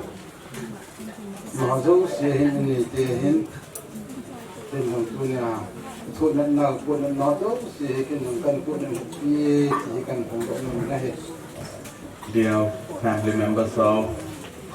New Florence, on my own name and the name of the catechists, sister, pastors, church leaders, PPC members, and all those the near and dear ones who have come, so we express our heartfelt condolence to you. Ade lang ketip minum tu hede, para pakahin, sister te hohin, hubung lam kayo hin, hubung sungwa, kita bang nahon, pesukan te midlun ni natuni hin, ke hubung ni hodong sinang, kan thuk piwen kan pun piweti kan pungkau pinai. Indeed, the departure of New Florence is not only a shocking news to the family, it is to the entire Catholic Church here in St. Mary's Parish. Tuna New Florence eda na hen no in sung de le dinga ti za na ham mai lo le itam khana pak la la tin no ling ge vin ki ho St. Mary Parish pun ti ni ti da na ti hai ka ti la so ke ya ka nu kham so ke kan thu na hi ve. Whatever be the words of my consolation, it can never replace her real presence with you. Ito bang tu say lang lang New Florence eda na om hom lai ki phuk ki him kam som kan ei jo koi. And only the word of God can bring certain amount of consolation at this grieving hour. Tu de tu lungin le lungleng ta in mai ta hen ei sit kam chanin ti ho bit jo ko hen tin hamon ai pe ko hen tin hamon ai pe se diu tu pasen Bible ti nga ko na In the Gospel of Matthew, chapter 5, verse 5, Jesus says, "Blessed are those who mourn, for you shall be comforted." Matthew bung chang na chang dina chun hagawa lungleng vai ho na ho anun num nei ve jenam ti le na ho lungmon na di ta na ki mu de he. And may this word of the Lord, as you grieve, may the Lord bring comfort to the family members. Tu lung thom hau ta na lung ang ring na nei lo lai ta wen he bai lo chang na lung khoi kha hen lang he bai lo chang hen no ding tin ko bin pang hen. And in the Psalm chapter 34, verse 18, that we read, the Lord is close to the broken-hearted. Psalm number 2 trang som ko na chun milung len vai te le milung kam te ho ko ma ding pati ni nai cha no me ti nai. I'm sure many of you will be heartbroken, and the sorrow is great. May the Lord be close to you. Tu lai ta hen ipi pi ki se yong le ilung gi ilung kam nao he asodam ding lo hi jong de wa Bible chang se tu an simun lang je Bible chang hen mon nen hal mon na tha na pe te hen. And we have a beautiful incident of Job, a man who is being praised for accepting God's will. Then when he lost all his children on a single day, lost all his wealth, all his properties, still he said, the Lord has given, the Lord has taken away. Praised be the name of the Lord. Ye jing ma bang wen Job hin khwa chun he vi nahi ama jang ane ago ke hilo aji acha jang aman do no sangin aman hitabang sillo pita agent sa patin ka thang bai ajina lai zo nahi. And today we are not able to understand why God has taken the beloved daughter, beloved wife, Florence, from the family. Tuni Florence e hola ko na patina kila ro he ha sama ma le a thei chin ri jang am pon hi je chun e ho zo si ding ai je lai la mi hin rung ge la bang tu rung ge na mi ring om lo ma hi. Life is a God's gift, and it is the right of God at any time that He wills that He will take it away. Hin ko hi patina pe o hin e pe pau chun thale na ne kile apa ama dei phang na kila kit le he. And so as a human persons, we are not able to understand, or we are not able to advise or to ask God, why have you done this? Je chun patina e pe hin ko hi ama na kila teng ta la patsin ko ma patkai ipita tu phat ta he to nei bol ki ham ti a chulo na nei ding koi na ta kim koi din am te patsin cha hat nun pen a lo ti nun pen hi lo han. As far as my knowledge or my hearing goes from others, that Florence was a faithful Catholic, always attending the church service, who was good, and the Lord who found the beautiful flower wants to be in heaven, and so it is the Lord has taken it, and so that she will be a powerful intercessor to pray for the family members and to guard and protect the family members and the community which is here. Florence atusim hobung ya ko na kaza adanin hobung ki ko na apona pon tho hi ki ko na jo sia he pan la jing me he ti kaza ni je tun hobung ni ho keu ka ti poi ama he pho jo sin ai banga he pathin jong sin na lam pia a masanga ai na ama nga ding akila ai tia isan do di hi. And I'm sure the presence of such a great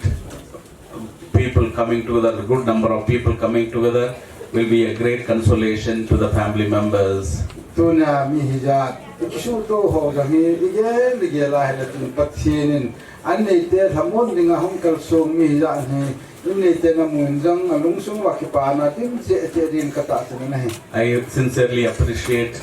this part of the Pijang village, that your unity, coming together in sorrows, it is something praiseworthy. May God bless all of you. Biyang mi te ho na bon tawa na ki pum khat dano na ki thu khat dano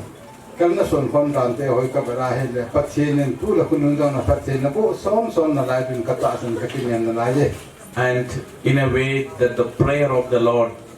when he prayed that they may be one. Today, whatever be the denomination of the church, whatever we belong, we have come together at this hour in the name of the Lord.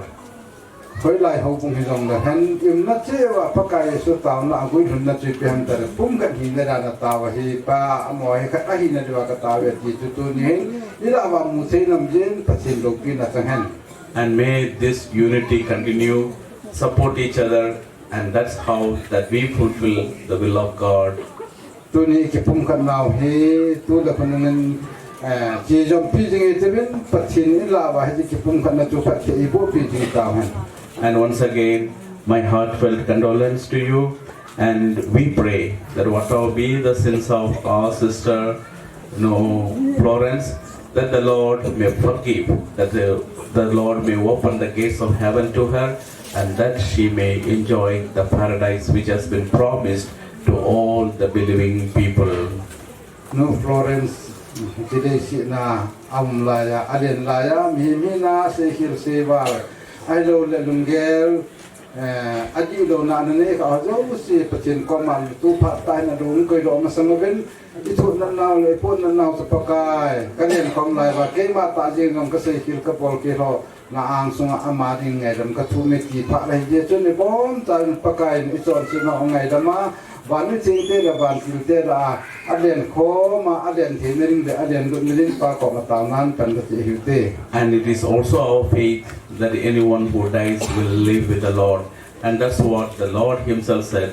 Anyone who eats of this my body and drinks my blood, even if he dies, that he will live forever. Our sister Nuadnu, who received the body and blood of the Lord, that she will be with the Lord and she will enjoy the paradise. Pakai tak sana sejauh situ pakaian ama ang la tu ai. Kita bang matun ko hila pakai tak sana sendon tu pakai. Ni nung ni la kakai thu dia ti ye tun jong isu pinu Florence in pakai tak sana sesen. Anan nge ye tun lunglutan pakai ko ma pakai kuna ahin ko de ama hindan hang go si pedoen lunglutan tau pi na ni ti. So let's all rise and pray for our sister Florence. Pon sandingan Florence adin tanan man nakan tau te. Amen. Pakai non view hen. My brothers and sisters, the Lord is the consolation to all who are mourning. And who is the Lord who is the consolation? That we pray that He may bring a true consolation to the bereaved family members. Pakai he nilung leng wai te ni thom hau te lamun le ki pasa pakai pathin he je chuna la la an summi ate khan atra te nau te ji te ho jo si pathin lamun na di ta api ning ta nan ya do hi te. Let us now listen to the Psalm 23. The Lord is my shepherd, there is nothing I shall want. Fresh and green are the pastures where He gives me repose. Near restful waters He leads me to revive my drooping spirit. He guides me along the right path. He is true to His name. If I should walk in the valley of darkness, no evil would I fear. You are there with your crook and with your staff. With this you give me comfort. You have prepared a banquet for me in the sight of my foes. My head you have anointed with oil. My cup is overflowing.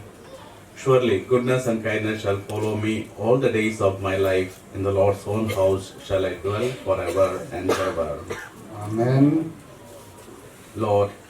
hear our prayers and be merciful to your daughter Florence, whom you have called from this life. Welcome her into the company of the saints in the kingdom of light and peace. Father, God of all consolation, in your unending love and mercy for us, you turn the darkness of death in the dawn of new life. Show compassion to your people in their sorrow. Be our refuge and our strength to lift us from the darkness of this grave to the peace and light of your presence. Your Son, our Lord Jesus Christ, by dying for us, conquered death, and by rising again, restored life. May we then go forward eagerly to meet Him, and after our life on earth, be reunited with our brothers and sisters. We ask this through Christ our Lord. Amen. Tuai tui ting aga theden ti tui ting a the chun tui so pachan ne a pakai ne na a ki su ting na satana da ha na ha zo si gel do na he.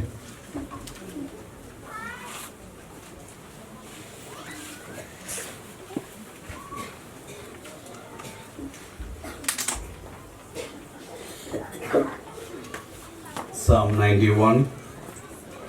He who dwells in the shelter of the Most High and abides in the shades of the Almighty says to the Lord, my refuge, my stronghold, my God in whom I trust. It is He who will free me from the snare of the fowler who seeks to destroy you. He will conceal you with His pinions, and under His wings you will find refuge. You will not fear the terror of the night, nor the arrow that flies by day, nor the plague that prowls in the darkness, nor the scourge that lays waste at noon. 1,000 may fall at your side, 10,000 fall at your right. It will never approach. His faithfulness is buckler and shield. Your eyes have only to look to see how the wicked are repaid. You have said, Lord, my refuge, and have made the Most High your dwelling. Upon you no evil shall fall, no plague approach you where you dwell. For you has He commanded His angels to keep you from all your ways. They shall bear you upon their hands, lest you strike your foot against a stone. On the lion and the viper you will tread, and trample the young lion and the dragon. Since he clings to me in love, I will free him, protect him, for he knows my name. When he calls, I shall answer, I am with you. I will save him in distress and give him glory. With the length of life I will content him. I shall let him see my saving power. I bless the body of Florence with this holy water, which recalls her baptism, of which St. Paul writes, all of us who were baptized into Christ Jesus were baptized into His death. By baptism into His death, we were buried together with Him, so that just as Christ was raised from the dead by the glory of the Father, we too might live a new life. For if we have been united with Him by likeness to His death, so shall we be united with Him by likeness to His resurrection.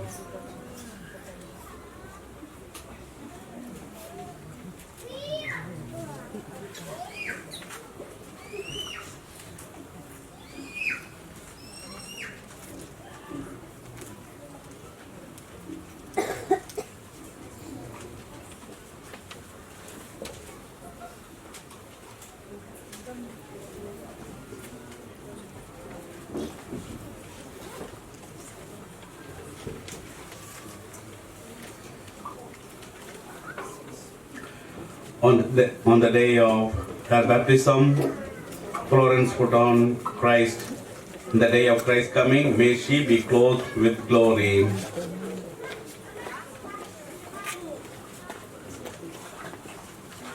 With faith in Jesus Christ, we reverently bring the body of our sister to be buried in its human imperfection. Let us pray with the confidence to God, who gives life to all things, that He will raise up this mortal body to the perfection and the company of the saints. May God give her a merciful judgment and forgive all her sins. May Christ, the Good Shepherd, lead her safely home to be at peace with God the Father. And may she be happy forever with all the saints in the presence of eternal King. Saints of God, come to her aid, come to meet her, the angels of the Lord. Receive her soul and present her to God the Most High. Receive her soul and present her to God the Most High. May Christ, who called you, take you to Himself. May angels lead you to Abraham's side. Receive her soul and present her to God the Most High. Give her eternal rest, O Lord, and may your light shine upon her forever. Receive her soul and present her to God the Most High. Father, into your hands we commend our sister. We are confident that with all who have died in Christ, she will be raised to life on the last day and live with Christ forever. We thank you for all the blessing you gave her in this life to show your fatherly care for all of us and the fellowship which is ours with the saints in Jesus Christ. Lord, hear our prayer. Welcome our sister to paradise and help us to comfort each other with the assurance of our faith until we all meet in Christ to be with you and with our sister forever. Yours is through Christ our Lord. Amen. May the angels lead you into paradise. May the martyrs come to welcome you and take you to the holy city, the new and eternal Jerusalem. Amen. Let us proceed to the cemetery. Tuan along la rodil atau ni dong mana na foto je kaping uji ko mabin lang.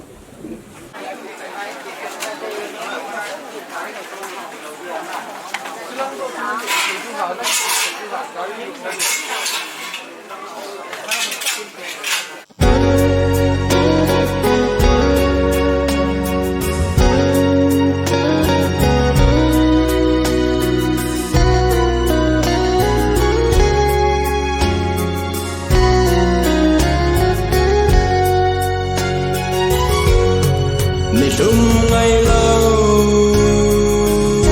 Zion khô pi Ayin kamau kakap suni tin in Pon lau pi sil in leng in thật sa te Cây dia dòng mun là tu gam chun kangai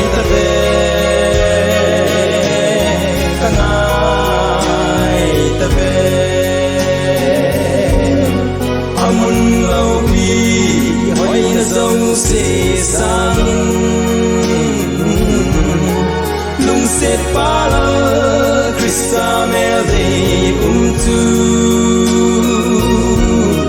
mukanom kalung kamhan in ahoy na say solo gam tu kisan in a hong tai zalen na gam ka lagaw tu gam nom tu hol in lang lay set gam hi tu kitte ding ai kangai ta ve kangai ta ve amun lau pi hoi na so se sangin nung set pala Krista mel de tu mukanom kalung kampan na ting in lung dây thắt tâm tê lên namun lung thấy lâu ca thịt ta mê thân đâm phu nay siêu thế nghìn thaga bin nay puin lalung nem gam hoi chu kangai nge kangai ta ve kangai ta ve amun lau pi hoi na sâu se sangin lung set para Krista mel de tu mukanom kalung kampan na ting in nilum ay law Zion. You laid the stone. You made holy the graves of all who believe in you. Even though their bodies lie in the earth, they trust they like you will rise again. Give our sister peaceful rest in this grave until that day when you, the resurrection and the life, will raise her up in glory. Then may she see the light of your presence, Lord Jesus, in the kingdom where you live forever and ever. Amen. Since the Almighty God has called our sister Florence from this life to himself, we commit her body to the earth from which it was made. Christ was the first to rise from the dead, and we know that he will raise up our mortal bodies to be like his in glory.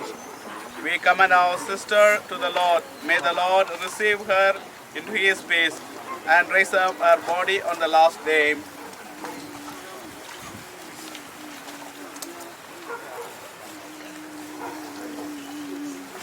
A reading from the Holy Gospel of John chapter 14 verses 1 to 6. At that time Jesus said, "Do not let your hearts be troubled. You trust in God, trust also in me. In my Father's house there are many places to live in. Otherwise I would have told you, I am going now to prepare a place for you. And after I have gone and prepared a place, I shall return to take you to myself, so that you may be with me where I am. You know the way to the place where I am going." Thomas said, "Lord, we do not know where you are going, so how can we know the way?" Jesus said,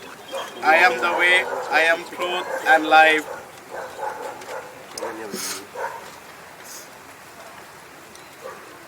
Let us pray for our sister. To the Lord Jesus Christ, who said, "I am the resurrection and the life. The man who believes in me will live even if he dies. And every living person who puts his faith in me will never suffer eternal death." She was nourished with your body and blood. Grant her a place at the table in your kingdom. We ask this in faith. Our response to the thief who repented. Bring our sister to the joys of heaven. We ask this in faith. Lord, hear our prayer. Give our sister was washed clean in baptism and anointed with the oil of salvation. Give her fellowship with all your saints. We ask this in faith. Lord, hear our prayer. Comfort us in our sorrow at the death of our sister. Let our faith be our consolation and eternal life our hope. We ask this in faith. Lord, hear our prayer. Let us all pray that the Lord may forgive away the sins of our sister Florence, and that she may have a place in God's kingdom. The words our Savior gave us. Vanam kapao. Namin kisahan, legal hungduhan, vanadalong sa nakibagin, leazong nalong sa kimhan, anisyak ne komyon ne ne pirin, at yung John stick may damgamubin, kiho John sinaw ni ngay damin, siledem na ne piludihun, agilawa ko ni hudo zawin. Amen. Lord, listen to our prayers for our sister Florence, as she always desired to do your will.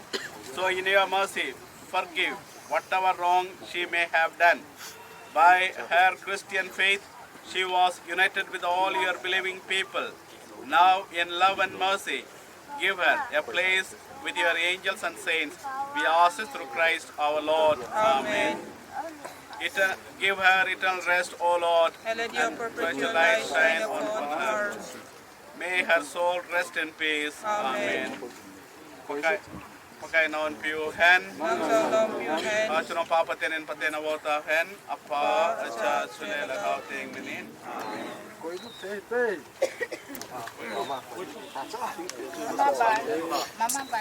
Nó tập biết cho mai của mình làm chứ.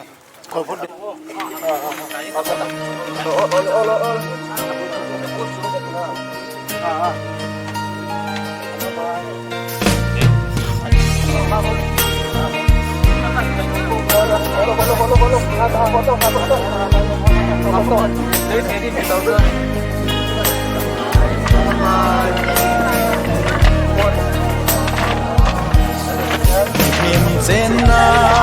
nay sit kami sulkit ding pakai ni ding le dan som sa den nom sa ta ding lok na ban kam son ta bin o kamai sen tun sot kam su Zion ko pino chu ka thun ke ka na lei se kam ngai ta lo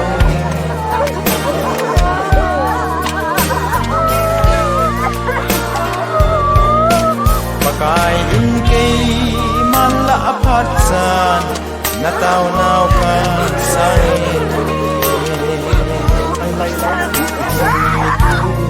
nang ma ka hu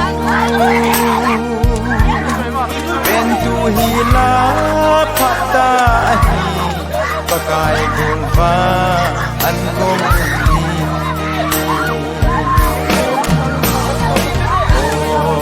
mai nghe ni pakai mun sen kun so dam chu Zion ko pino chu ka hun te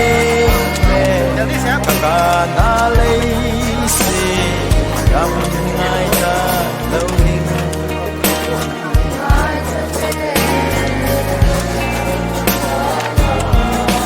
pakai Jesu nang ho dingin mun ka se me ati Asim Salem kopi atun mi thilom agikan umlo kahed tum kangale o kangai nge pakai munsin tun sot kam su Zion kopi kan hun ke ka na lei se kam ngai ta lo ding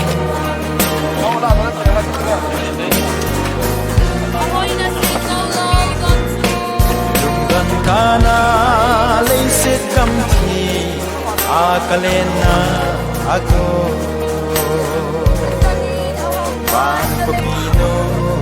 ka dot le Tilong agi kan kitna dalaw ding nagam at sing O kangay ngayi pakai munsin tun sot dam su Zion ko pino su kalhun ting le na lei se kam hingai ta lo ding nei te he na ma he ki pa la thanom ta le bon chawa kilom dil dila han lai koi ti behin e honi to bangi to ri o ke the nai lo e chun hi chil han mon hi le se chune ni le ba hom ho chune na ja la su mang la got manga om lo wa biang han mola ai ti a khanga khanga om jing the nin pathin ko mal han no na nen hi chalai pathin mu chi ki tu te ho hi pakai pathin lo ki ta ma anga ala to ning le aman anga sum kon na ba ta thwa ong pui ni khon hen ka sha hilai han mun sumang ding got mang ding a pan lo zo si pathin a chung thua ten yenga su manga am lo na ren pathin ko mal han do na ne tevin iso pinu Florence jong pa anga pa ta kilam to ka sewa lungmona lamonga adala an sumi te ho om the jang tawnan a kho beng ho bumi to gya to ti ve ngai dun cross lim pa sa se lagao ting min na men o lu pi pen wang ti thenga min ko pathen na lung sin nei chenwa ting ka ka kiman cha na jan la hin tari thuma pan sa tu chen ge an nang main zol lu hela mi hemin kathane su kan ju nei sum te ho nei man cha sa wa kachanu kamung nu chunga hen kho la phat kan ti te ho kan man te ho tu nai pakai achai ne ke buidim sia kom ta jeben pakai na chunga ke pa thu se na min theng ka thang ba nahi ai ka da la de hen asu seding le se tu nei ba mo ta pakai ong le lagap den ta khana bijang lan moli Christian muchi ki tu na hi ti hi koi ma cha asu mang de lo ni nang man pa pathen cha pa pathen lagaw ten pathen mena tu le akhanga ka dam la chen sa nei ven pi din na khon akhang ki lan ro bi nahi tu nak kaki mencana nanga kasukir kabal kilo ngai dam ne cina ba dam selebet kia in kajut nungten ni la kada lau kasuk pinu hi kamo dah lau hi lawa lei bui so hi ye chun alagau mon mang thelo chun nang ma ko ma hung hai ta yen pakai nang man charan men veng dengen atong ho tham ho zo siang phatte ni bu ba tu le khunung dong le pan kala jom jing chen nang man than um na gaw ne ban devin ka pha ro zo sin na khon han bap sa changa to san thing tang la ka pakai yesu na mena kaung ta ba hi ta vi koi te tun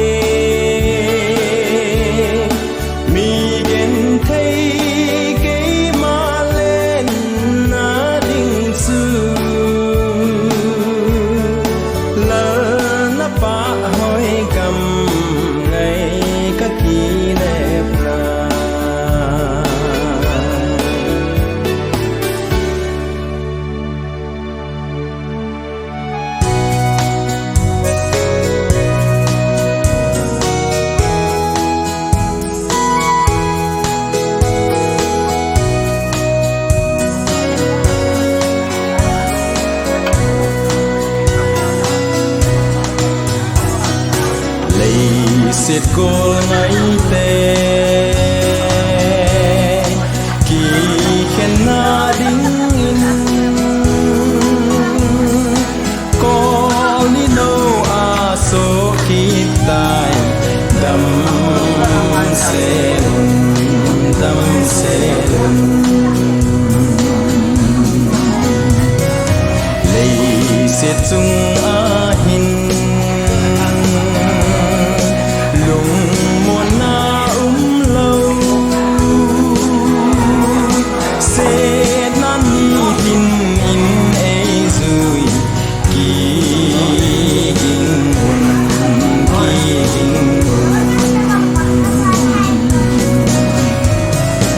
ni khát kỳ pa in nộp là xa giống lên li li pa amol bang in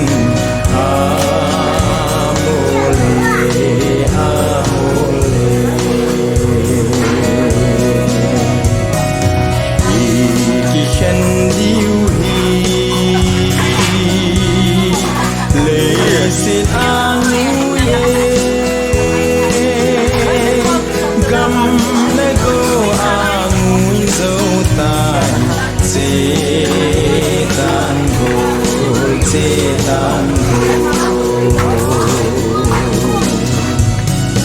ban gam nom a chun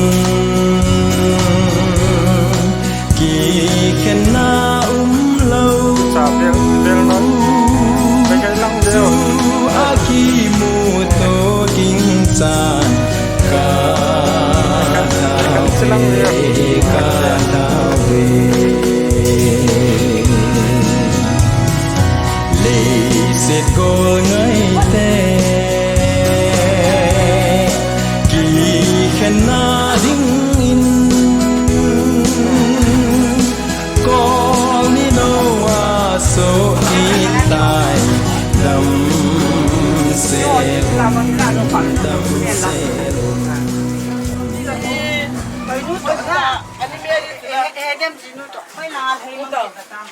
thế thế mình ni ni ni bầu sẽ lấy là chỉ đi lên phía ni thế thế mình là chỉ ngã cần chỉ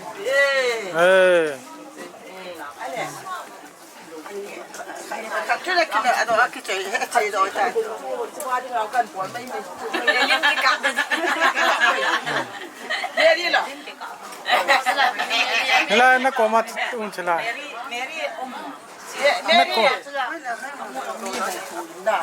anh đi về kinh long đấy, đi về tuần tu ni khu hin thế thế mấy đàn tông tông lên na, anh đi làm niềng, ta bên cái mà anh đi cái cái gì, thế thế bên na, bảo na này anh đi Mary, ama anu adam longjen hospital ho ati bang nuki na ita si person na, Mary bang so ka le ka gi ji honin na, aksi jong bi idai ni azugi ida ka kitip kin ho na hi jong, ka gi ni kitip na go ni ka pun na, hi jong le pathian go na hin me tha si pok na boy, si sun sai ye, hi jong le ki pa me ama